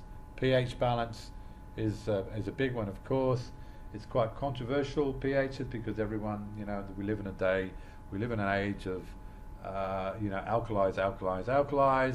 Well, as you'll learn through this program, when we start talking about pH control, there's a whole lesson on this. You'll start to understand the importance of having pHs. The importance of pHs, understanding where in the body pHs need to be acidic, where in the body the pHs need to be alkaline. There's no such thing as an acidic body, or there's no such thing as an alkaline body. When people say I'm alkaline or I'm acidic, they have no idea what they're talking about, because big parts of us need to be very acidic and some of us need to be alkaline, all right? And to be able to assess that and understand that, it's important, okay? And, well, this is why the importance of balanced pH is concerned, because it affects everything, okay? And I guess not only the fact that it affects the whole chemistry of digestion and everything else, but, the enzymes that are responsible for everything, not just digestion, start to go off when pH starts to go off. Okay, and we don't get oxygen to the delivery. If we have low oxygen, if we have low pH and we have acidic blood and we're not picking up oxygen in the first place, or we have over alkaline blood, and we have blood cells that have got lots of oxygen that can't let it go because of the ball curve effect, it's the same result. And we'll be learning this stuff. All right, we'll be learning this importance of not being too alkaline or not being too acid, because the result is the same. It's acidic tissues, because we're not getting oxygen into the tissues. Either way, we're not picking it up, or we picked it up but we can't let it go. All right, we all talk about Dr. Warburg, cancer can't survive in an alkaline environment. Well, that's untrue anyway, that's nonsense. There are many blood cancers that are alkaline based, and I don't believe he said that anyway. He obviously said something around that, but the impression you get when you read that, and it's a common meme that goes around all the time, is, oh well, I better alkalize. But what no one talks about is a number of years after Dr. Christian Bohr discovered the Ball curve effect, which is the more alkaline that your body gets, that your blood gets, the less ability of your blood cells have to be able to release the oxygen. So what happens? It's the same thing. It's the same result as if you weren't picking up that oxygen in the first place, because you were too acidic. Nobody talks about that, but this is well known. Dr. Christian Bohr, very, very famous. Okay? And here's a chart here. A lot of you have already seen this. This is very, very interesting stuff. It comes from Dr. Kerry Reams and also Revisi. Probably more Revisi than anything else. Actually, I probably should have just changed that heading there. Now, when we look at this, I'm going to go into this in a lot more detail. We're just covering an intro here, okay? So you don't have to, make all these notes. We're going to go through this in more detail. But this just gives me a bit of an appreciation for the importance of being able to keep pHs within range. All right? There's a lot of things that influence pHs, and we have to understand what they are, and we will through our testing. But as you can see here, without 6.4 is the ideal range. But this is based on total body pH. This isn't just measuring your urine at 6.4 or your saliva at 6.4. It's a calculation. All right, because we can't have 6.4 and 6.4. We have to have much higher. We have to have a higher saliva pH than we do have a urine pH, because the body holds on to the good stuff and it gets rid of the bad stuff. If we haven't got any bad stuff, we haven't got any acids going out the body, what's going on with the body? Nothing. This is when we go into a very anabolic, anaerobic state. This is where cancer starts to manifest. Okay, so, and the other thing too is that, you know, very few people understand this is where the digestive chemistry comes into it. Because if we go too far away from 6.4, according to that calculation above there, we start to lack the ability to pick up some of these minerals, especially the heavy minerals like iodine. Iodine's a big one. How many people are lacking iodine? Oh, we just take more iodine. Have we checked our pHs? Do we have a total body pH that's constantly sitting within the 6.3 and 6.6 range? Because if we don't, we're going to struggle to pick up iodine in the first place. It's a very heavy element. Okay? Who's ever mentioned this to you? Very, very powerful stuff. So we've got to get it right. And if you come down, you'll see the elements get lighter and lighter and lighter. If you come right down the bottom, hydrogen, carbon, lithium, boron, they're very light elements. Your pH can be anywhere, you're still going to pick them up. But as you come up, you can start seeing that the band gets closer and closer, and you know, iodine, and you know, you're really gonna start struggling. You can see that graphic on the left-hand side there is a bit of an example of a conglomeration of minerals and God knows what else that haven't been assimilated. The body can't pick them up. pHs are out, and the body just wraps them up into a lump there, and we can't deal with it. It's just, you see that in the live blood. Quite problems arising from these imbalances. Look, you can go through, I'm not going to go through in great detail here. You can look at the PDF if you want to. You can hit pause and read this. But these are some of the problems associated with these imbalances. Okay? I'm not going to go through and explain everything at this point, because it's just an introduction. All right? But you have hit pause and from this video and have a read of that. Okay? Some of it you already know, some of it you may not. Okay? All right. Right, now we've got to this point where we're going to talk about the Coalition Health Education, and what I'm going to do, I'm going to cut this video right now, and then I'm going to load up the Coalition and just video. I'm going to just take you through a quick intro into a Coalition page, so you can have a bit of a feel for what it is and what it does. Okay, if you've registered, I would have set you up, or I will be setting you up, and you can go in there. It doesn't matter if it's not all set up from day one. But I'm going to cover that. Sorry, you're going to once you get in there, you're going to have a play around yourself anyway, and you'll know. But I'm just going to give you a bit of an overview. So I'm just going to cut this video now, and then we'll get back to you just to finish off the call of this lesson. Okay, so we've logged into a sample client so that you actually get to see, what you would see as opposed to what I normally see, because I work in the back end, of course. But you get a bit of a feel. I'm going to give you a bit of a quick run through to give you a feel for what this is all about. So go right at the top here. Any recent practitioner activity. I might have added something or mentioned something to you that you need to know. That'll pop up in a list right up there on the front end, a list there as I do things. If we scroll down a little bit, you can see there's progress charts, JD food journals and whatnot, supplement protocols. All the supplement protocols are managed here. The pH balancing chart, we talked about that before. Recipes, I don't really use that. I'm not really into that. It gets pretty complex, and I'm not and whatnot, and you've got messages and whatnot. But on the left-hand side, you can see there's a number of buttons there too, represent most of these, but there's a couple of other things here.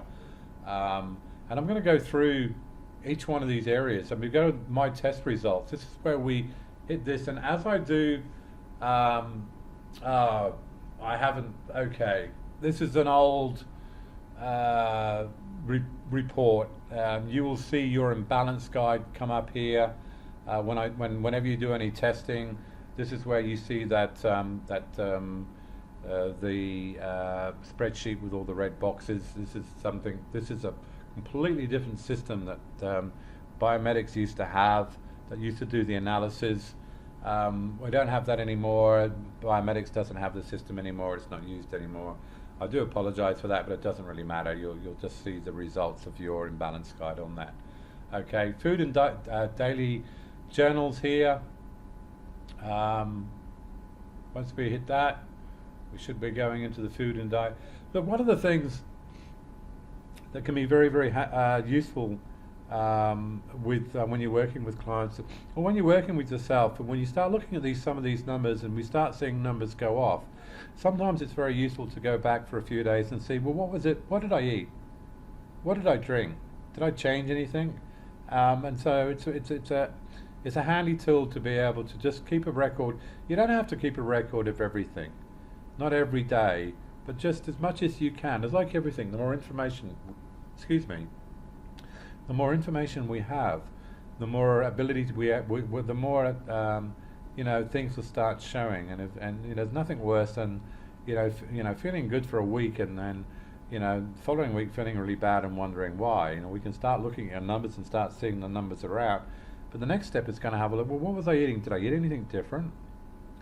Is something something in my diet that's changed? Did that reflect what, did that have an impact? And this is where the analysis can come into it. So you can start recording stuff here on a food journal. You'll see on the right-hand side your self-test. So there's two ways of accessing your self-test, and I'll show you in a minute the other way.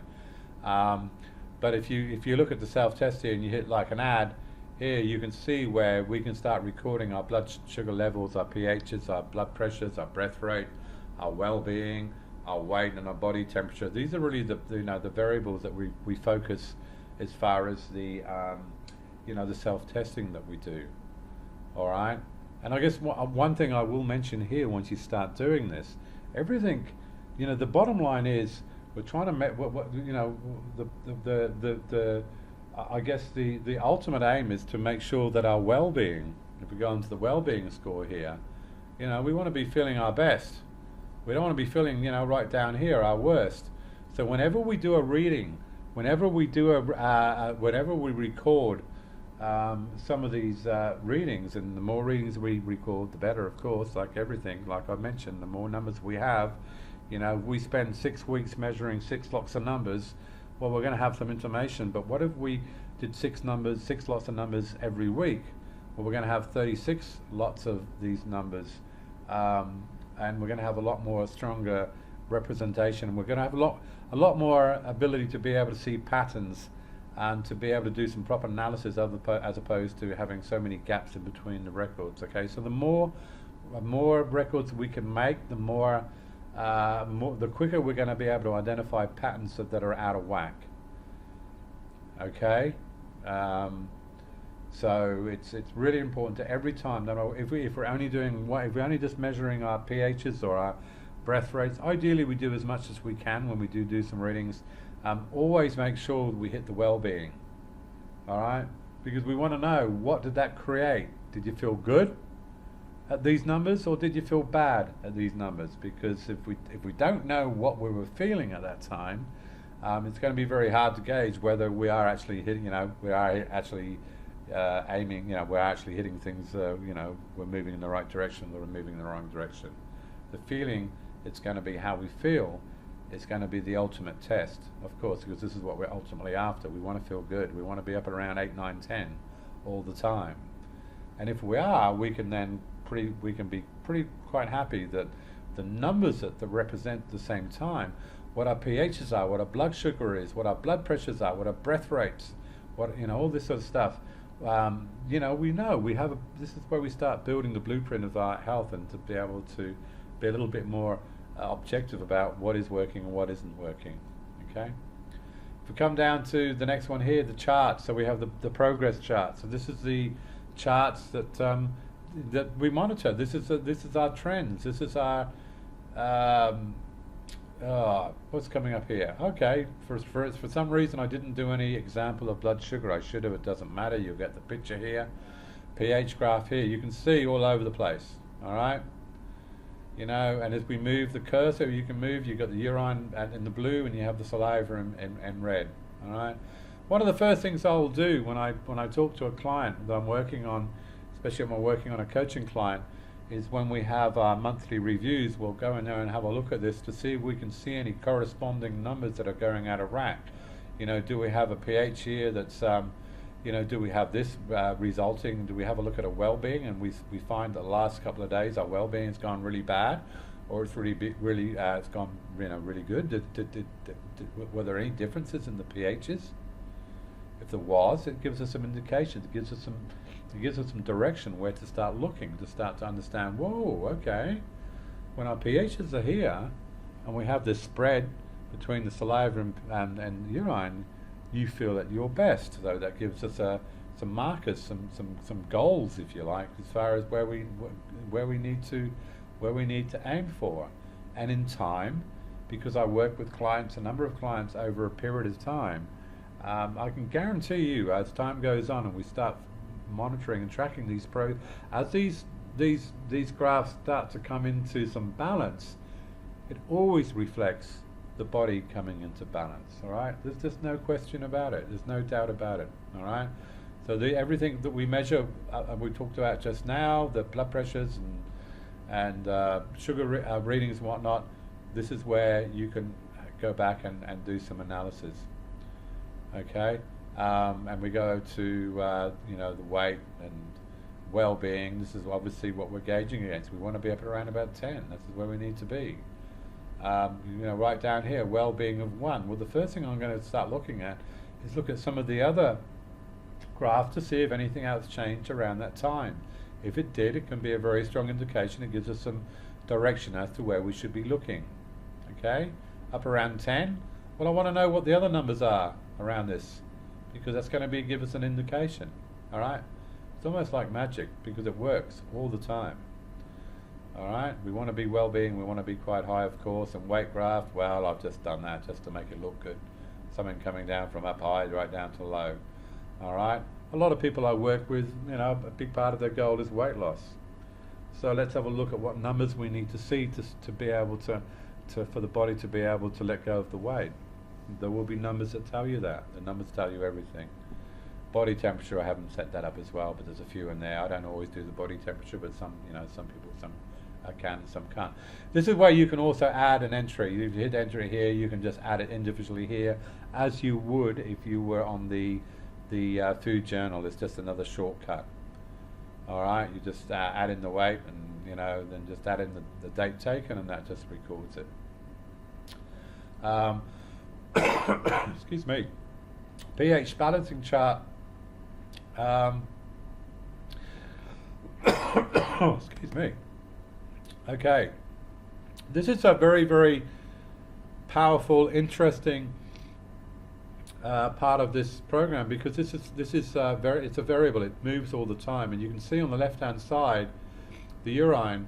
You can see this green shaded area. This is where we need to see this green arrow, somewhere within this area. We don't want to see it out of it. If it is, well, then we know our pHs are out. And on the right-hand side here, you've got your saliva, 6.5 to 7. All right, we want it to be around there. If it's out, well, then this is going to give us a strong indication that we need to do some work in this area. We need to understand why are they out, and there are a number of reasons why that will be so. You will learn about that as we go through the program. Okay, then maybe you may have some indications there, some things that you can take to push urine down if it's too high, or to push urine up if it's too low, and the same with saliva, high or low. All right, so what was I going to say there? I think with Oh, and this will change according to your breath rate. When your breath rate changes a bit, there's a few other variables there. It'll take that in consideration and move those arrows just a little bit more. But, you know, every time you do a reading, you want to go and have a look in there and just say, well, where am I at? Am I within range? That's good. It's a good indication that we're quite happy with the pHs, because the pHs are like the scoreboard. That's the result of what's going on. You know, are we where we need to be, or are we not need to be? And pHs are one of the things, one of the few things that you can force. Sometimes you're not going to fix necessarily the underlying problem, but quite often when the pHs are out, you're going to feel bad, and you can do some things to push pHs within range, and you'll start feeling better straight away. You still got to work on what the underlying causes were in the first place, because they weren't necessarily because, you know, you weren't taking certain supplements or whatever, or certain minerals or whatever. But it's one of the few things that you can influence directly, and I'll talk a lot more about that when we go into the lesson on that's purely around pH control. All right. Diet and supplementation. You'll see here my supplements. This is where. Remember, this is the front end. This is the back. Sorry, this is the front end. So this is what the client will see. So, you know, this may or may not be that relevant to you if you're not on a protocol from me. But as this is just keeps track of all the supplements that I work with a client, and you know, it's just easy for them to keep track of what they need to do when they need to do. They can print this out, put it on their fridge so they don't forget. As I make changes, it updates this, and it also notifies the client that you know, what they need to do, that I've made a change or whatnot.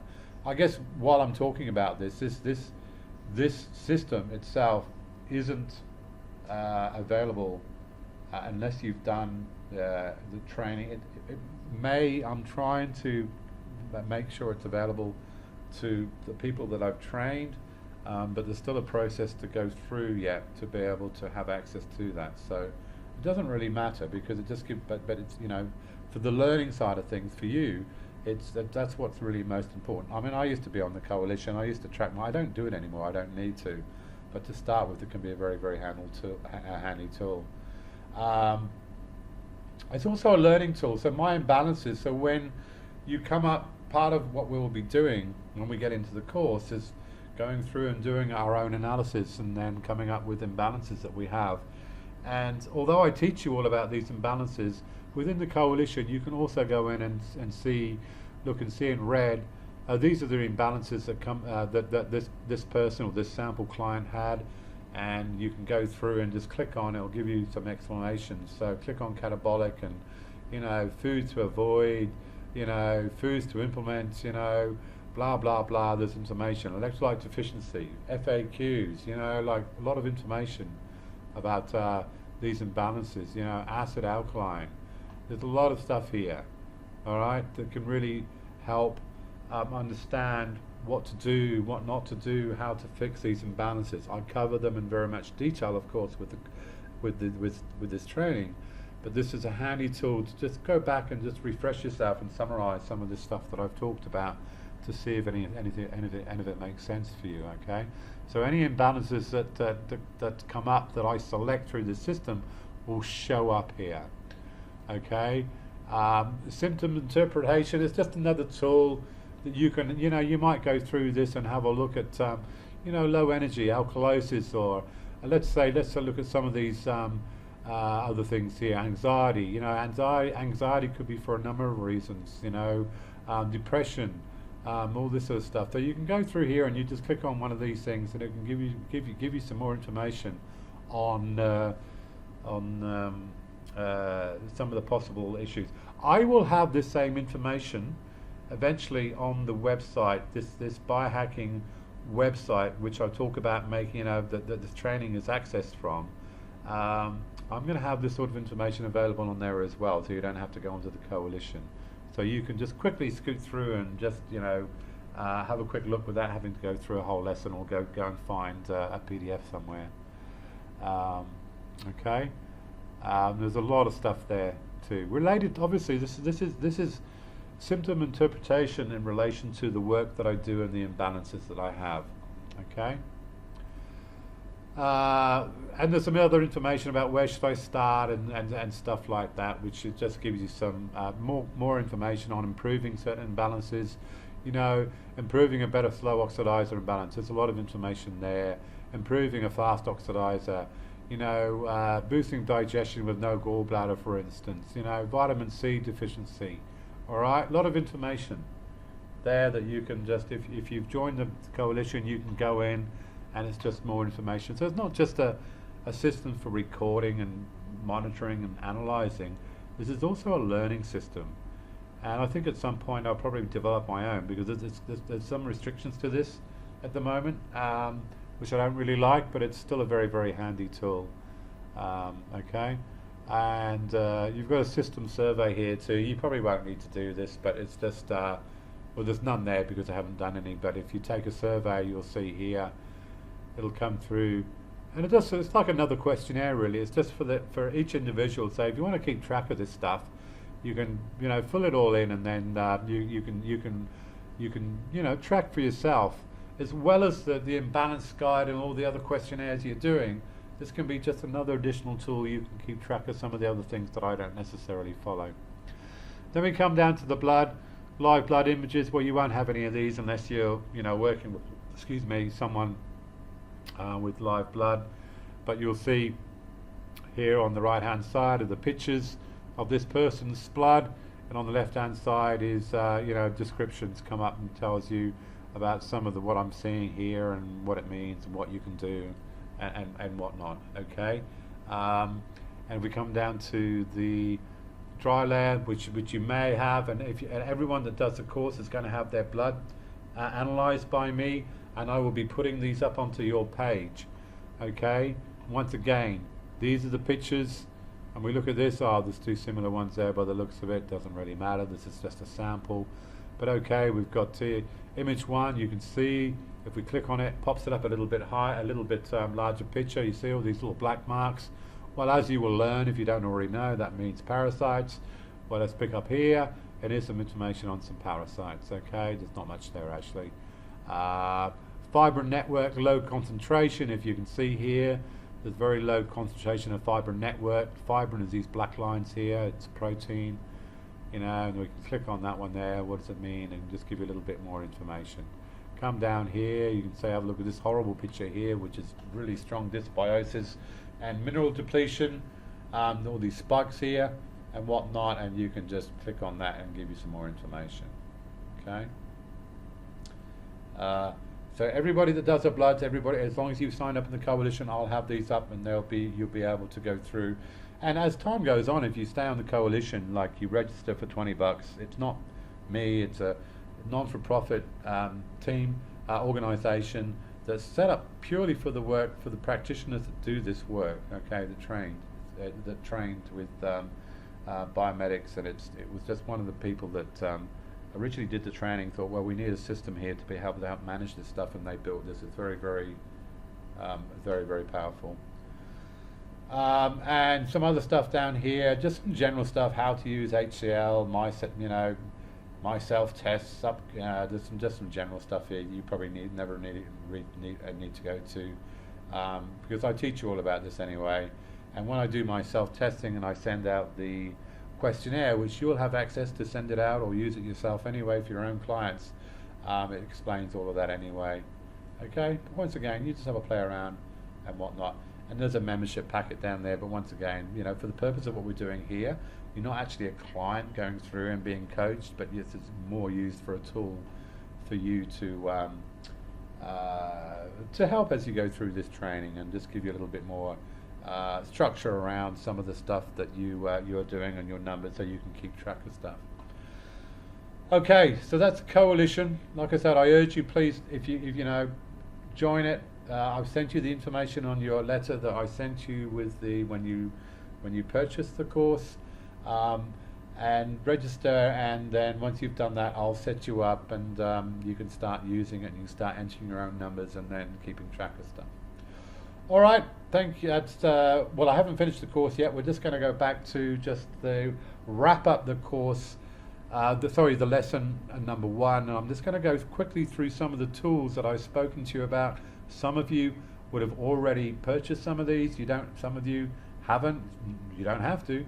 I mean, you're going to need blood pressure and you're going to need pH strips at the very least. I'm just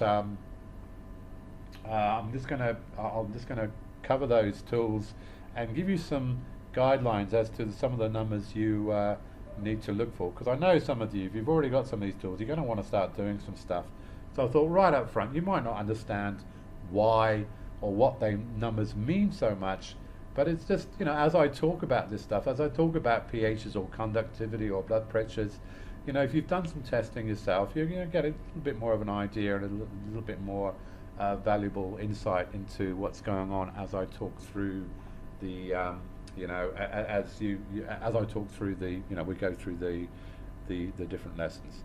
All right, I'm just going to close this off and then we'll just finish off the lesson. Okay, last little bit of lesson 1, measuring tools, some of the measuring tools and getting most from the tools, the readings that you already have from day 1. Look, don't worry too much if you don't have any of these. Look, if you're practicing this professionally, I do recommend you get all of these tools for sure, because you're going to need them. You know, they're going to get a little bit more specific in some areas, and you know, you can take things a little bit more deeper. It's a little bit more different than if you're doing this for your stuff. I know if you're only doing this for yourself, I'm sure you're not going to be going out and buying a conductivity meter. It's not that expensive, but it all costs money. Ideally you do. Ideally you do. But at the very least, as long as you know, we talk about the pH strips and maybe a blood pressure and maybe a glucometer, at the very least they're going to be very, very powerful alone for you to be able to understand what's going on. All right, let's scoot through these. pH meter or the pH tape. Now, look, the tapes are pretty good. This make of pH tapes I've used before. I've used often. It's quite accurate. I've calibrated. I've correlated that with using a pH meter, but you can get one of these pH meters, and if you'll be able to. I've got a PDF on the file section of the I'm a Biohacker group page, where you'll be able to go in and have a look in more detail and some ideas where you can buy these things, I think, or just I can't remember exactly how much detail. But look, one of the things I would like you to do in the next 2 weeks before we go on to our next lesson, there was a few things. I want you to read make sure you've all read the important pre-reading material. I think there's a few there. There's one on zeta potential, there's one on digestion, there's one on, I can't remember, there's about 4 or 5. How we rot and rust, that comes from Steve Denk from Biomedics, is a brilliant overview of the whole philosophy, you know, reason why we do all of this stuff. I want you to read all that. Make sure you've done that before we go on to our next lesson in 2 weeks' time. But the other thing I would like you to do, and at the very least, get some pH strips if you haven't already got some. And I want you to start on a regular basis, just do some readings and make sure these readings are at least 3 hours away from eating and about at least half an hour away from drinking anything. All right, so ideally you don't take the first pee of the morning. That's that's nonsense. All right, it's going to be very hard to determine because it's all the whole, you know, yesterday's waste accumulated and whatnot. Ideally, what I recommend is around about 11 o'clock in the morning if you can. You know, 11, 12, just not too close to another meal. Otherwise, your saliva pH is going to go too alkaline. Even just the thought of food, if you're hungry, your saliva is going to start going alkaline. Yeah, around about 3 hours. So 11 o'clock, but 3 hours away from eating and half an hour away from drinking anything. And just keep a track of those over the next 2 weeks. All right, and just the other thing too I want you to keep track of is the how you feel. Okay, so these are my pHs. This is how I feel out of a scale of 1 to 10. And as you do that, if you discover anything, let's get some discussion going. I haven't got the forum thing up and running on the website yet. Hopefully I will by next week. I don't know what's wrong, why I can't find it or get it set up. But even via the I'm a Biohacker Facebook group, you know, like ask the question. And if you've got any comments or you've got any findings, or you've discovered something about your pHs and how you feel, let's get some discussion going. All right, because it's an important subject, and it's like I said, the pHs are really like the scoreboard, the result of everything that's going on. Saliva is basically a representation of what your body's holding on to, because it's a strong level of lymph fluid in your saliva, and lymph comes from your tissue, so it's what your body's holding on to. And the urine is basically represents what your body, it's filtered blood, it's what your body is getting rid of, it doesn't want. Okay, so ideal ranges: urine pH 5.5 to 6, saliva pH 6.5 to 7, and a total body pH. And this is really worth doing as well, to go back to that chart to understand whether your body's picking up minerals or not, because we pick up minerals through electromagnetic properties, very, very sensitive electromagnetic properties. And if those are out, and pH directly affects electromagnetism, electricity, you'll get a feel for whether your body is picking up minerals or as well as they could be. And that's the total body pH: 2 times saliva pH plus 1 times urine pH divided by 3. Urine tends to be a little bit more variable, which is why we only do the 1, whereas saliva tends to be more stable. This is why we do the 2 and divide that by 3. All right, and use those gauges. This is where we need to be. And I can almost guarantee, if you're out of these consistently over a few days, you won't be where you should be with your health. Conductivity meter. Now, some of you may not have this. Probably most of you don't. Don't worry about it. But if you do, you want to start playing. Ideal ranges: urine MS, which is millisiemens, between 5 and 15. 12 is perfect. At 12, what we're doing is we're basically measuring the conductivity, the level of minerals, electrolytes in the body. All right, and 12 being perfect is basically where the kidneys, you're working. At 12, your kidneys are only working like half the day, if you like. You're not putting too much pressure on your kidneys. And saliva 4.5 to 5.5. 5 is perfect. I'm not going to go into real detail right now, of course, of what all this stuff means, because we're going to have a whole lesson on conductivity. But for now, you can start, if you've got one of these things, you can start measuring, and make sure, once again, measure your your well-being. Every time you do a reading, do a well-being. And if you're finding stuff come up, you go like, wow, every time I feel my conductivity is this high, I feel like this, or I feel like that. Let's get a post going. Let's get a thread going in the I'm a Biohacker Facebook group, and let's start talking about it. All right, because we can all start learning from some of this stuff, even though we don't understand it all yet.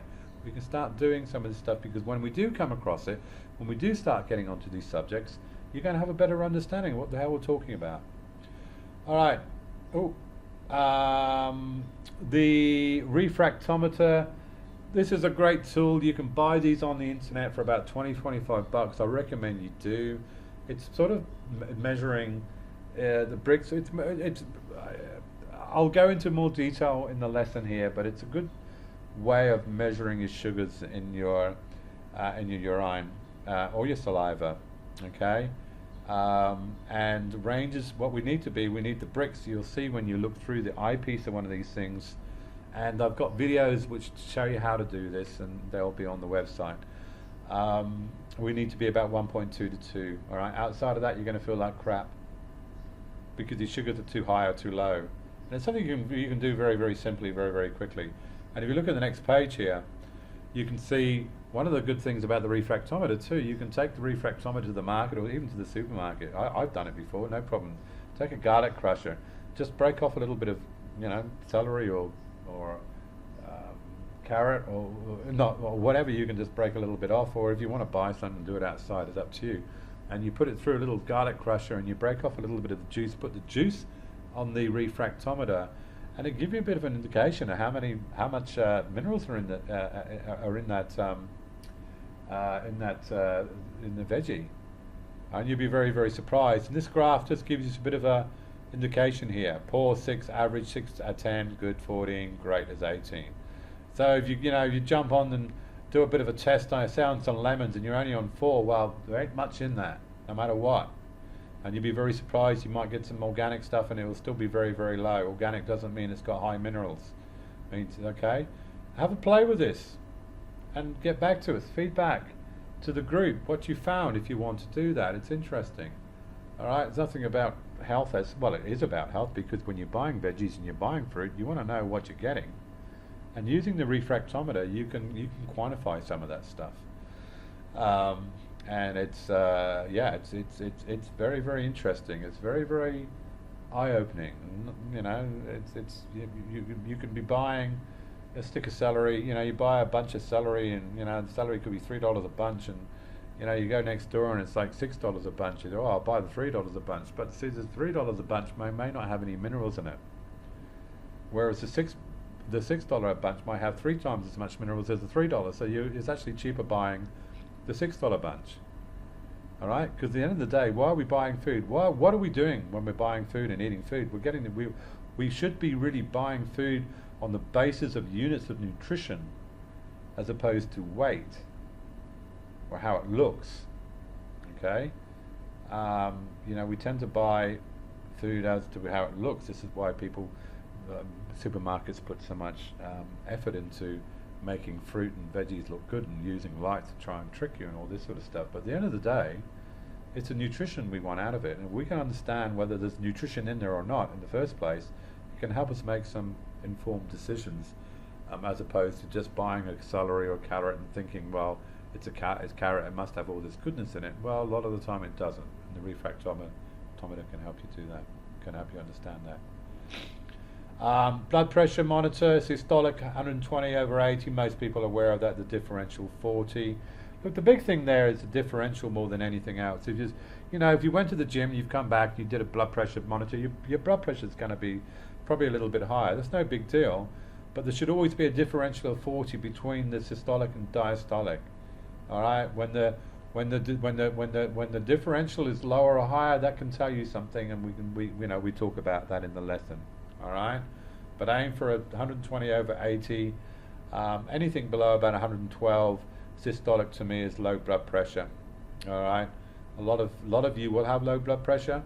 I believe anyway. I'm pretty sure. I do so much of this testing. I have because I work with very few males. And males tend to have more high blood pressure than females. It's just the way it is. And 95% of my clients are females, and a big percentage of them have low blood pressure. They think that mine is 112, 110 or something like that. Systolic is okay because I've always been that way. While if you like driving around, it's like if you like walking around as if you're driving a car with flat tires, that's up to you. We need to be in range ideally, and if you're not, well, I can help you get there through this training. There's some blood pressures throughout the age. From younger to age, as we age, there's a few variables there, and there's a little bit of information there. You can help you work out what's right for you. Okay, and pulse rates as well. Pulse rate can come into it big time when we talk about that through some of the other lessons or modules that we're going to go through to understand what it means by having different pulse readings from resting to standing and what it can mean and whatnot. Glucometer, ideally fasting ranges. So when you do a sugar reading, I think everybody should have a glucometer in the kitchen cabinet because it's very, very important. You'll be absolutely surprised sometimes about what does and what does not push your sugars high or low. All right. So we're looking for a 4 to 5.5 or 72, depending on the measurement you're looking at, 72 to 99. All right.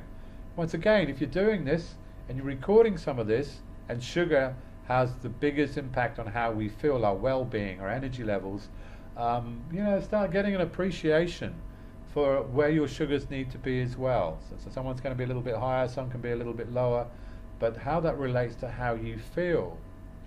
Because if you start feeling really, really good at a certain point, it may be just a matter of whatever you're doing with your diet and supplementation to try and push it down to that level, and you're going to feel better while your body heals. All right, it can be that quick. So start measuring this stuff, start tracking it. But always remember to make sure that every time you do a record or a group of records that you also measure how well you feel at your well-being. There's some our breath rate as well. We talk a lot about breath rate. I won't go into that too much detail, but breath rate is basically all about the speed and our respiration rate is governed by the acidity of our blood. If our blood changes a little bit, if it gets a little bit too acid, we're going to breathe a little bit faster because our body's trying to offload the CO2, which is acidic to the body. That's what it's carbonic acid in the body. If we're a little bit too alkaline, our respiration rate will slow down because we need to hold on to that to the acidic CO2. Okay, won't mean a whole lot to you right now, but as we get into the training, you'll start to understand what all that means. All right. The powerhouse topic. We don't do that anymore. I apologise. I've just got to the end of this presentation. I've made some adjustments, but I didn't take this slide out. We don't need to worry about that anymore. All right.